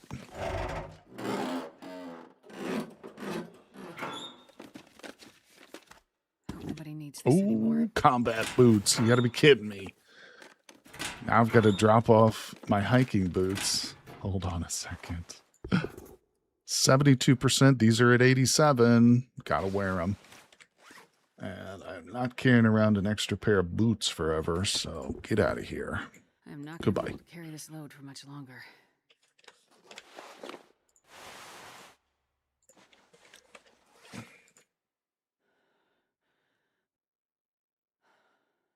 All right. I also don't need to carry these books around now, too. Why am I... Wait. I thought the books only showed up under the fire section if you had read everything from them. Right? Okay, that one's got... Okay, so that one has been read. This one has an hour left before it's trash. Huh. That's weird. So many, there's so many things about this game which I assume certain mechanics on, but I'm just wrong about, Now they just ask if you want to burn it. Yeah. I used to think, for instance, that when you were repairing your clothes, if you wanted to repair something, it was best to take it off before you repaired it because you would have like a better chance of repairing it if you weren't wearing the item. And I don't know where I got that concept from, but it's not the case. I looked it up and it's not true. But for the longest time, I thought that was real. And I would always take everything off. I don't know. The unread one shows up in the tools. Oh, okay. So it'll just show up in both, I guess. Yeah. See, I thought that they only showed up if, why is the sewing one? Oh, it is. Okay, it is there. Never mind. Yeah, that's something to get used to.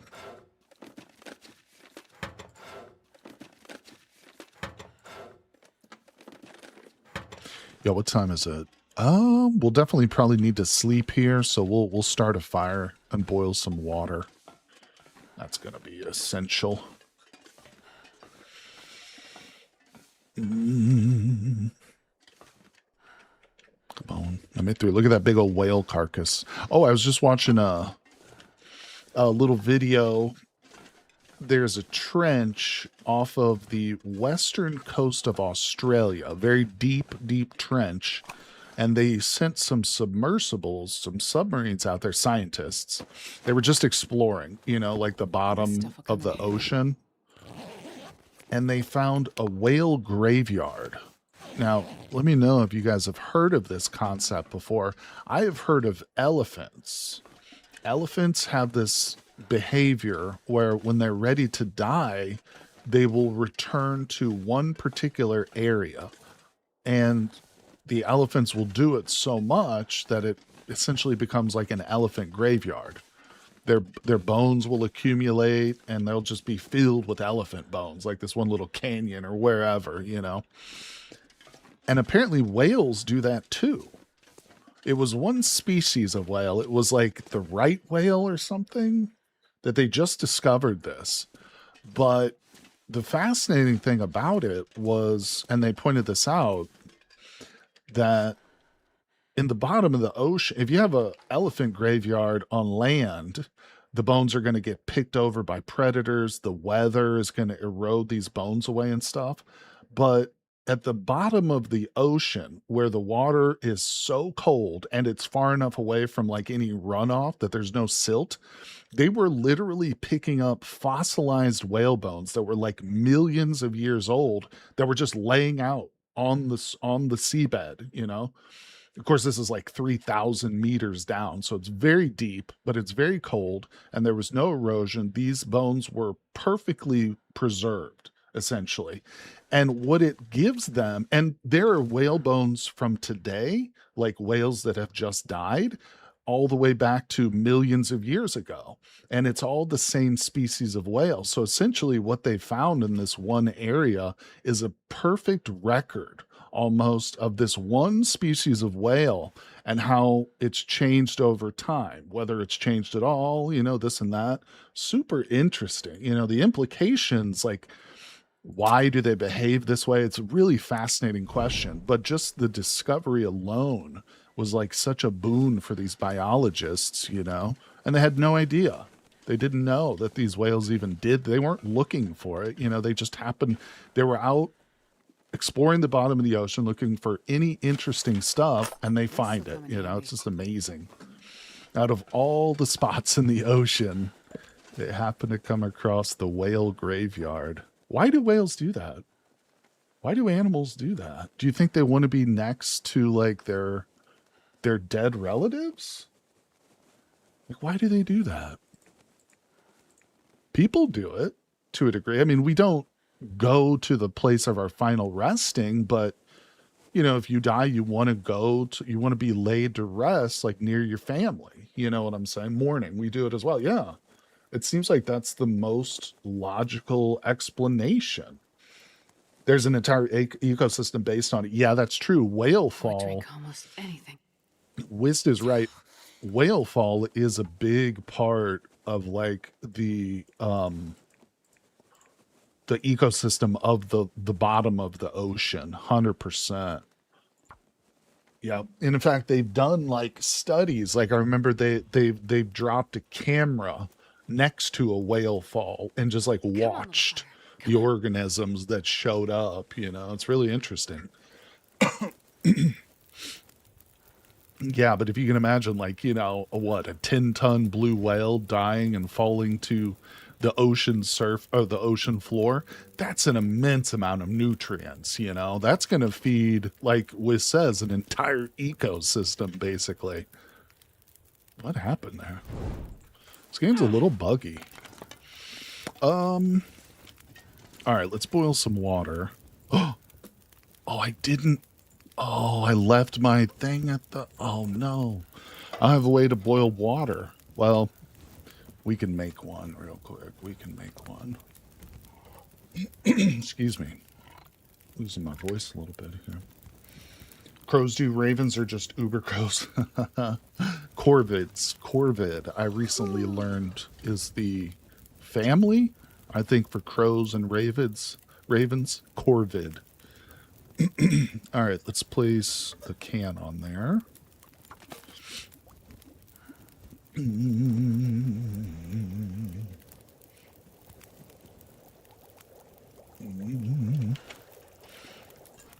All right, we'll drink that. It's kind of a waste of the tea, but we've got more. Let's cook. Oh, what did I just get? Cooking level 2. Let's go. I'll place that on there too.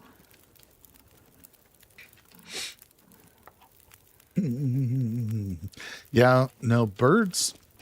It's funny too, because birds, there's an expression in the United States. I don't know how common this is in other countries, but there's an expression. It's a derogative, bird-brained. You call somebody bird-brained, that means you're insulting them. You're saying that they're stupid, that they have a small brain. And I mean, there are a lot of dumb birds out there. They're birds like ostriches and turkeys are not smart. They're not smart creatures. They're successful, but they're not intelligent. But there are intelligent birds like corvids, and I mean, hell, even parrots and stuff can be trained.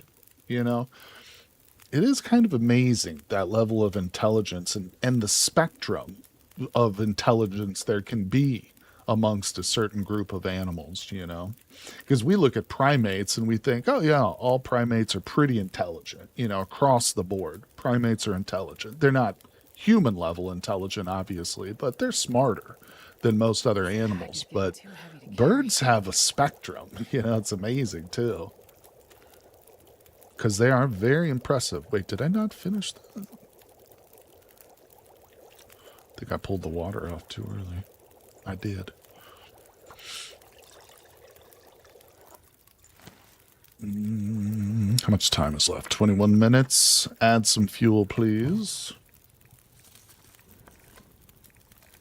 don't have much fuel, so we gotta watch that. Let's grab a torch while this is a boiling. Let's go explore.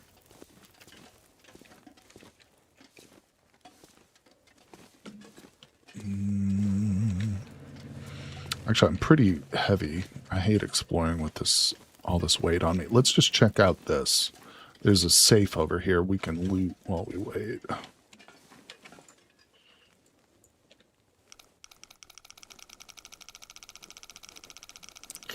Okay, first one was like 45, 46 maybe. Okay, it was 30, no, it was 44. 44, 27.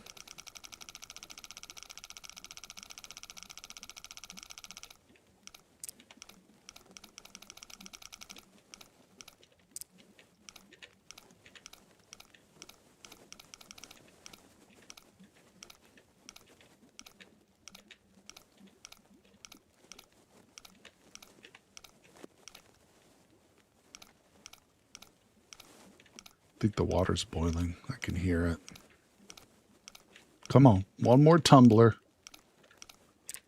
See, this is the kind of mini game I'm talking about. They should have something at this kind of a level for the fighting wolves, you know?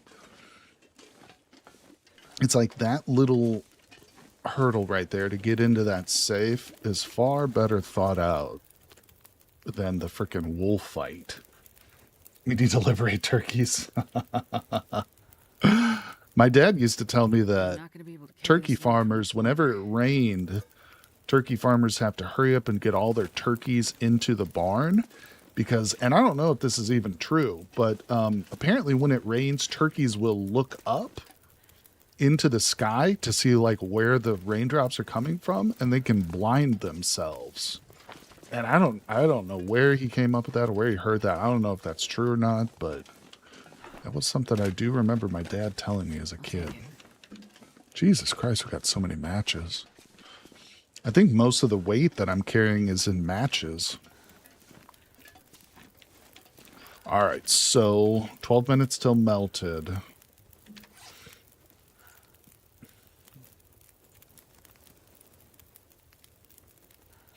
I really shouldn't be carrying around this stupid thing.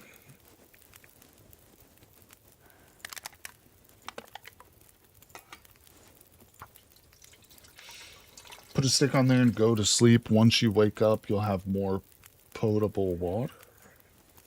Oh, I see what you mean. Are we ready for bed? Not quite. We could go to sleep, yeah. We could go to sleep. I don't have another stick, though.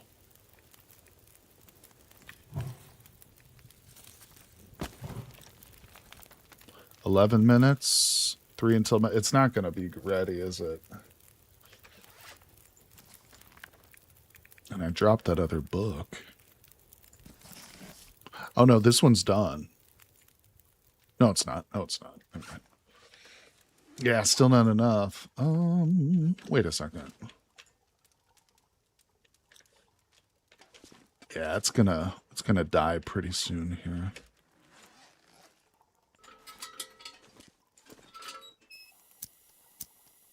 Put the angler book on there. Use the skill. All right, we'll do that. Oh no. I like fishing. I like fishing in this game. 13. Okay, it's boiling. No, but I mean, hey, you know, it's more viable now that you can like refill your lanterns with fish oil. That's cool, right? That's neat. Now, this is one of those areas where being able to move objects in the Y menu here like this is going to be very nice, because sometimes there's little containers you can't get to unless you like break things down, I guess. Or now we can move stuff. Now I know we can move stuff. Pry bar right there. And I'm not taking it. Hey, Hanny, how's it going, buddy? Welcome, welcome. You probably like Gunloper, which is custom interloper, but with guns. Yeah. I definitely prefer Interloper, but I kind of like the no gun restriction. I mean, again, what I hate is the wolf fights. Every time I play Interloper, I get killed by wolves. It's not starvation. It's not getting caught out in like a storm. It's the wolves. It's always the wolves. And a lot of it is just because I can't click the button fast enough. But again, yeah, in a Interloper run, wolves are a lot more deadly too, just so it's harder to click the button as quickly. Yeah, but I'm just like walking past so much stuff. Why are there so many car batteries in there? There's not even a single vehicle in this place.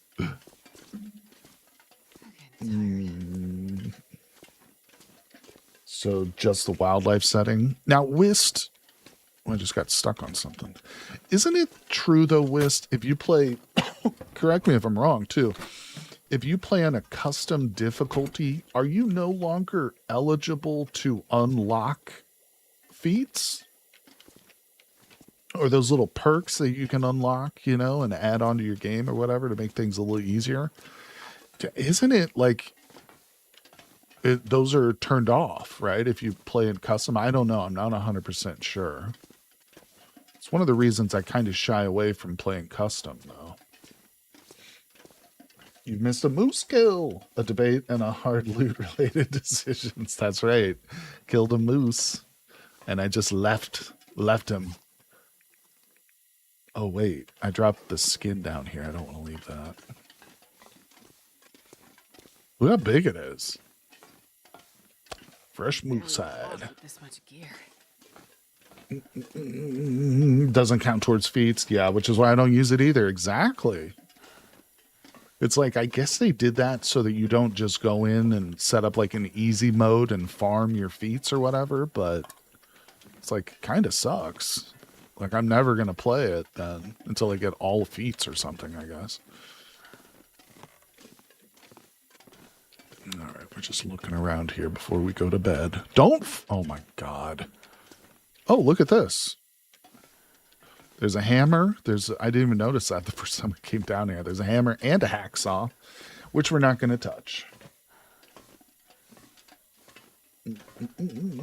I have to join the ranks. Does playing custom count towards non-difficulty related achievements? No, I think it does not. That's what we were saying. I think if I'm understanding your question.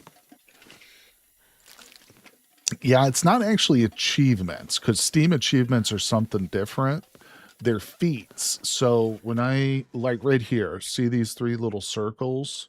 These are feats. And when there's like, I don't know, 15 of them that you can unlock.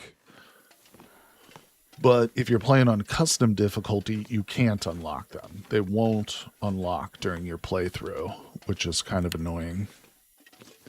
But, all right, here we go. So where's the bed? We're going to sleep in here. Oh, look at this. It's a Christmas sweater. No, it's not. It's a wool shirt, actually. We'll probably want that. All right. Oh, you're talking about Steam achievements. Oh. Yeah, that I don't know. I don't know. I doubt it. You can do challenges like Faithful Cartographer on Pilgrim. I almost said Penguin. You can do it on Penguin too, by the way, in case nobody knew that. All right, let's go to sleep. 8 hours. Sleep? I'm usually the intended if the question seemed uninformed. Whoa, guy woke up real quick all of a sudden. What was that? What happened, buddy? A drink. Oh my goodness. All right, what are we doing? Let's see here. What time is it? We're going back to sleep, people. 4 hours. So tomorrow we're going to be switching it up and playing some RimWorld. I hope you guys will join me. And we're also going to be continuing that RimWorld stream on Sunday too. So we're going to do Saturday, Sunday, back-to-back RimWorld. Again, I hope you guys will join me. If you've never heard of RimWorld, it's a really fun colony builder. It's very different than this game. Obviously, it's not a survival like this, but it's super This bag is fun. getting too Oh heavy my to god. carry. Look at this weather.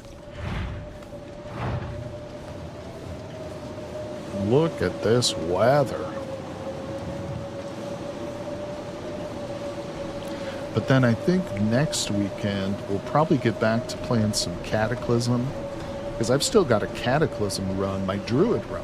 I haven't finished that one yet, so I don't want to leave that one hanging up in the air for too long. This stuff will come in handy. Oh, that's right. I wanted to find that memento.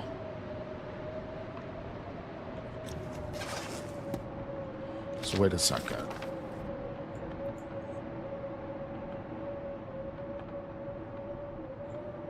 So the memento is over here, right by where we're at. It's kind of behind us, behind this building.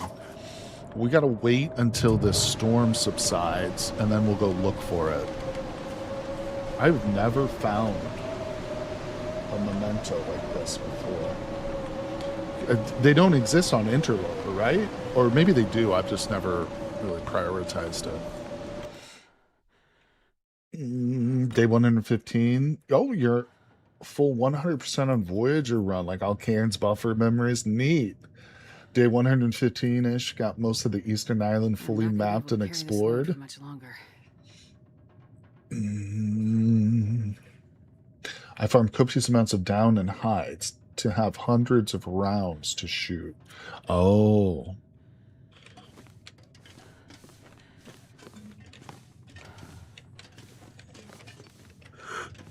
Let's see here.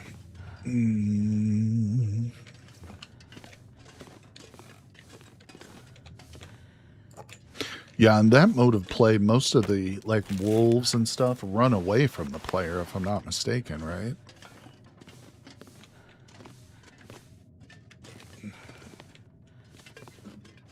Okay, not much in here. There's... Can we sleep here? No.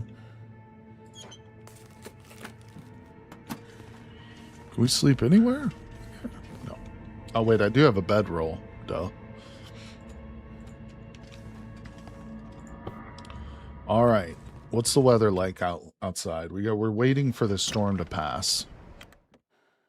Yeah, maybe I shouldn't sleep, though. Yeah, I don't have that much energy. Let's pick that back up. Let's just read. We got 1 hour on this book left. Read it.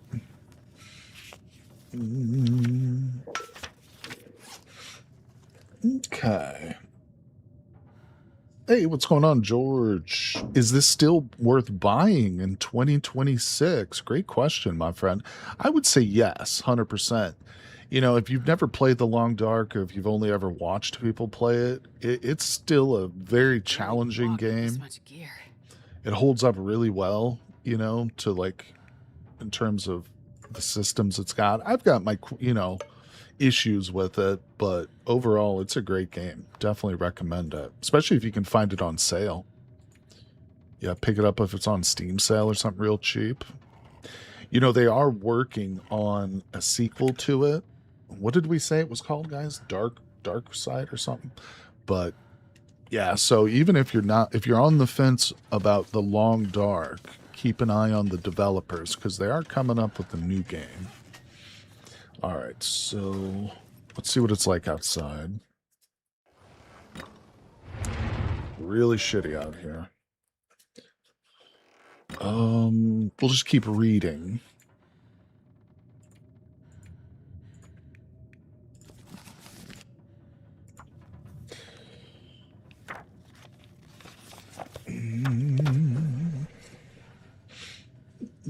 It is worth getting the DLC for extra regions and items. That's true too. Yeah, if you pick it up, I would definitely get the DLC as well for it. Yeah, 100%. You know, and there's two different ways of playing. You know, you can do what we're doing and focus on just the survival sandbox, but there's also, of course, the whole story plot too. which is something I've talked about doing videos for, but I've never actually played the story plots at all. But I should. I need to. All right, we're going to go look for this stash. I think it's over here somewhere. Right? Like, it's to the east of where we're at, which is here.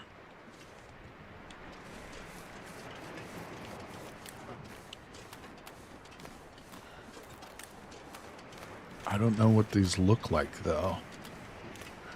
I don't really know what we're looking for. Also, I walk so slow.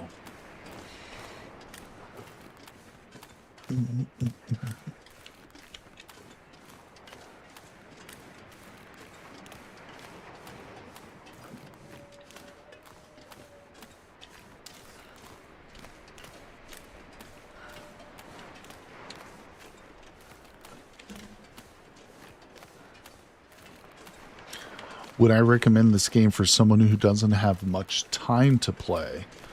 That's a good question. The game definitely, you know, encourages you to play like long playthroughs where you want to try and survive as long as you can, but you can certainly pick it up and put it back down at any point, you know? So yeah, I would say it's definitely good for people who don't have tons of time to play. Absolutely. You can learn the game pretty easily on some of the lower levels of difficulty. I have no idea where I'm going. I'm assuming it's over here, but I don't think it is. For some reason I thought it would be like right here in this little cubby, but there's nothing here. So is it not? Oh, you're welcome, George. I'm gonna say I shouldn't be out here just exploring when I'm moving this slow. It's kind of pointless. So, I mean, what do I do if... Is that it? Just look like a corpse or something. Well, I don't know.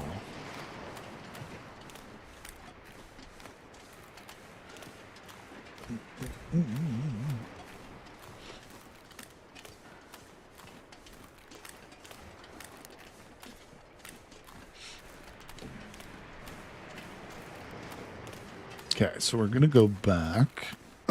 Excuse me. I think what we'll do is we'll get on this road here. Oh, you know, there was one spot I didn't check. We forgot to look at the, like, hidden area. But that's okay. Too much loot. Don't need it. Usually the one thing that you're going for at that spot is the bedroll, but we've already got one. So we're going to get up here on this road and just kind of walk our way back.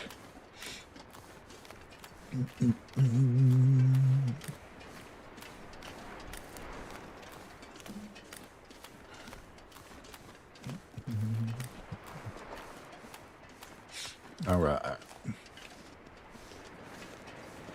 Yeah.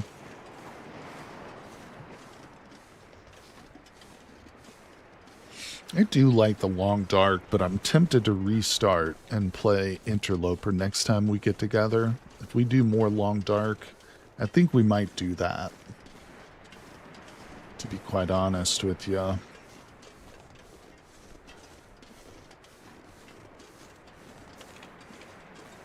just don't see much of a challenge in this difficulty, to be quite honest. I mean, the challenge is like literally just juggling inventory right now. That's like the hardest part. The amount of bullets I've got. Look at this. Look at how many of these things I have. And I have a flashlight. I'm just dropping crap right now. I don't even care. Because I don't need it. And I know we'll find... Look at this. Look at how many painkillers I've got. That's an obscene amount. I could knock myself out from a year here. I don't even need this, really. I'm just going to drop until we're at a reasonable weight so I'm not like super slow. All right, there we go. That's a little better. Let's go shoot some stuff. You know, there's a bear that lives around here somewhere. Let's kill the bear. We killed a moose. Let's see if we can kill the bear. Oh yeah, punk.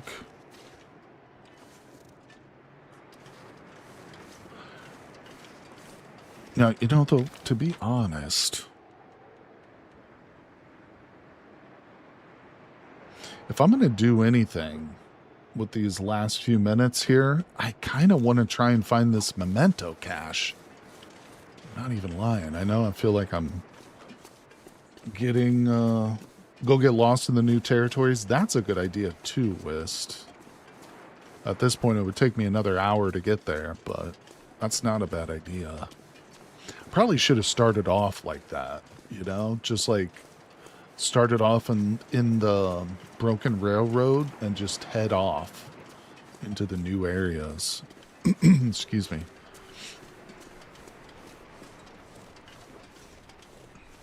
Because that was kind of what I wanted to do for this run. Yeah, we could still do that. To be honest, we don't have to give up on this one so quickly. So I don't think the cache is down here. I think the weather is getting worse.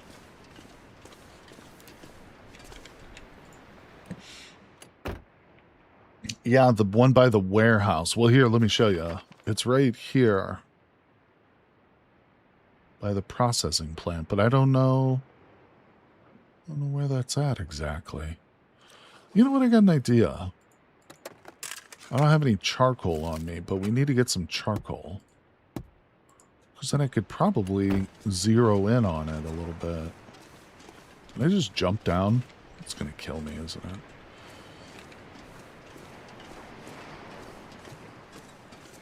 Yeah, if I just use the, like, map system the way it was supposed to be used, it probably wouldn't be that hard to figure out.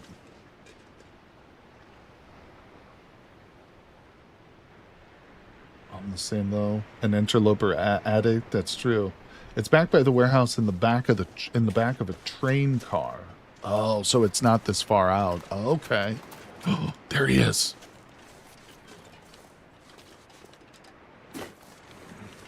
Killing the bear. I'm gonna kill him with this revolver. Is the revolver good for the bear? I feel like it's got to have good stopping power, you know? It's a revolver. Can I not get up this? Come here, you. I'm gonna pump myself full of stims and attack a bear. Should I use the rifle? Or is the bear just fine? Or is the pistol just fine against the bear? Let's see if we can do it in one shot. Right in, hit him right in the head. Read the note, see what it says. I know where it is if you can't find. Oh, okay, yeah, that's probably smart too. I should probably read stuff. Oh, he got me. How does he survive 2 pistol shots? I don't believe that. I don't believe that. He should have a bullet lodged in his brain right now. I don't believe it. Fake news.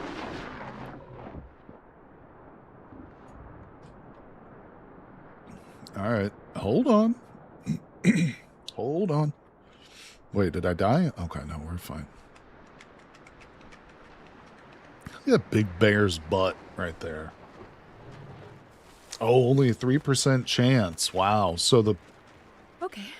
Use the signal pistol for bears? No. No. Okay. Oh, he's scared of me. Yeah, he did not like that, did he? Come back, come back, come back. Probably ran away like a little coward. Well, listen to him. He's making little noises. Special needs bear over here. God damn it! Oh, he scared me to death. I thought he was coming for me. Wait, it didn't shoot, though. I pulled the trigger, it didn't fire. Wow, it is really awkward at shooting.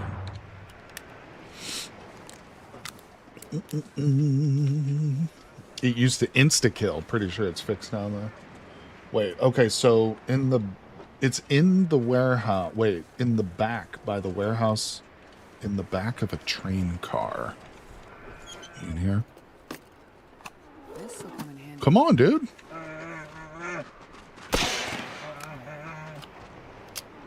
Coward.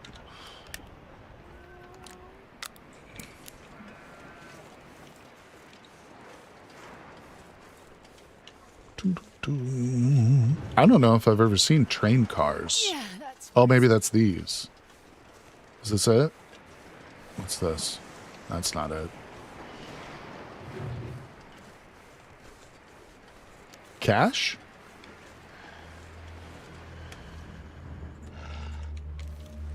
Come on. The bear is still making noises. Chill out, bear. Oh, that was way over his head. I'm gonna die. Bandage up. Cheat death. Cheating death has consequences. Oh, hold on. Progress for achievements that require completion within a single game will be reset. That's not bad. Affliction. Cheating death will weaken you temporarily, diminishing your condition. Your old pack is still in the world. Find it to recover what's left. You will choose between a painful short-term penalty or a more forgiving but permanent one. I've never done this. You will have to choose between the risk of a spawn close to where you died. Permanent long-term. That's probably the bad choice. Let's do close and see where this puts me. Oh, that's right. There's multiple revives. But I'm not going to be close enough to get my guns back, am I? But how did I get here? Oh, no, we're not far at all. But it's nighttime. Oh, we're freaking dead. My health is so low right now that, yeah, and I'm on the verge of starvation and hyperthermia. Man, we're dead. We're dead as a doornail. Well, no worries, no worries. Yes, I was being a little bit careless there towards the end, but that's okay. That's okay, because like I said, we'll probably redo, but go with an interloper run. Yeah, that's definitely where I'm at. Much more of an interloper player. It was good to play Stalker just to see the difference again, but I don't know, man. Without tweaking some things about it considerably in custom, yeah, it just doesn't appeal to me that much. Excuse me. Yeah, we'll do a round 3.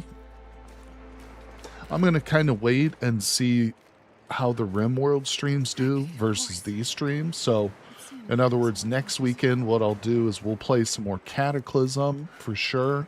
And then we'll see if we're going to do Long Dark or if we're going to do RimWorld. Because I probably want to go back and do some Vintage Story as well. I don't want to leave the multiplayer server for too long, you know, without hopping on there and doing some content. But either way, we will definitely be playing some more Long Dark in the future. It's one of my favorite games for sure, for sure. But like I said, we're going to be checking out the RimWorld tomorrow, so I hope you guys will join me for that. Yep, and we'll be right back to more Cataclysm next weekend too, so don't worry. And we are in the middle of our Druid run, so we're still going to be picking up with our Druid. Yep, I enjoy Cataclysm a lot, so don't worry about that one. But I think we'll probably stop the stream right here, just about the 4-hour mark today. So appreciate you guys coming by, hanging out with me. Thank you, everybody. Appreciate you very much. The conversations, the fun we have here with the game and stuff. Just goofing around. Generally loving life, everybody. Appreciate you very much. Thank you all, and I will see you guys on the next one. Oh, got a tab out. There we go. All right, bye, everybody.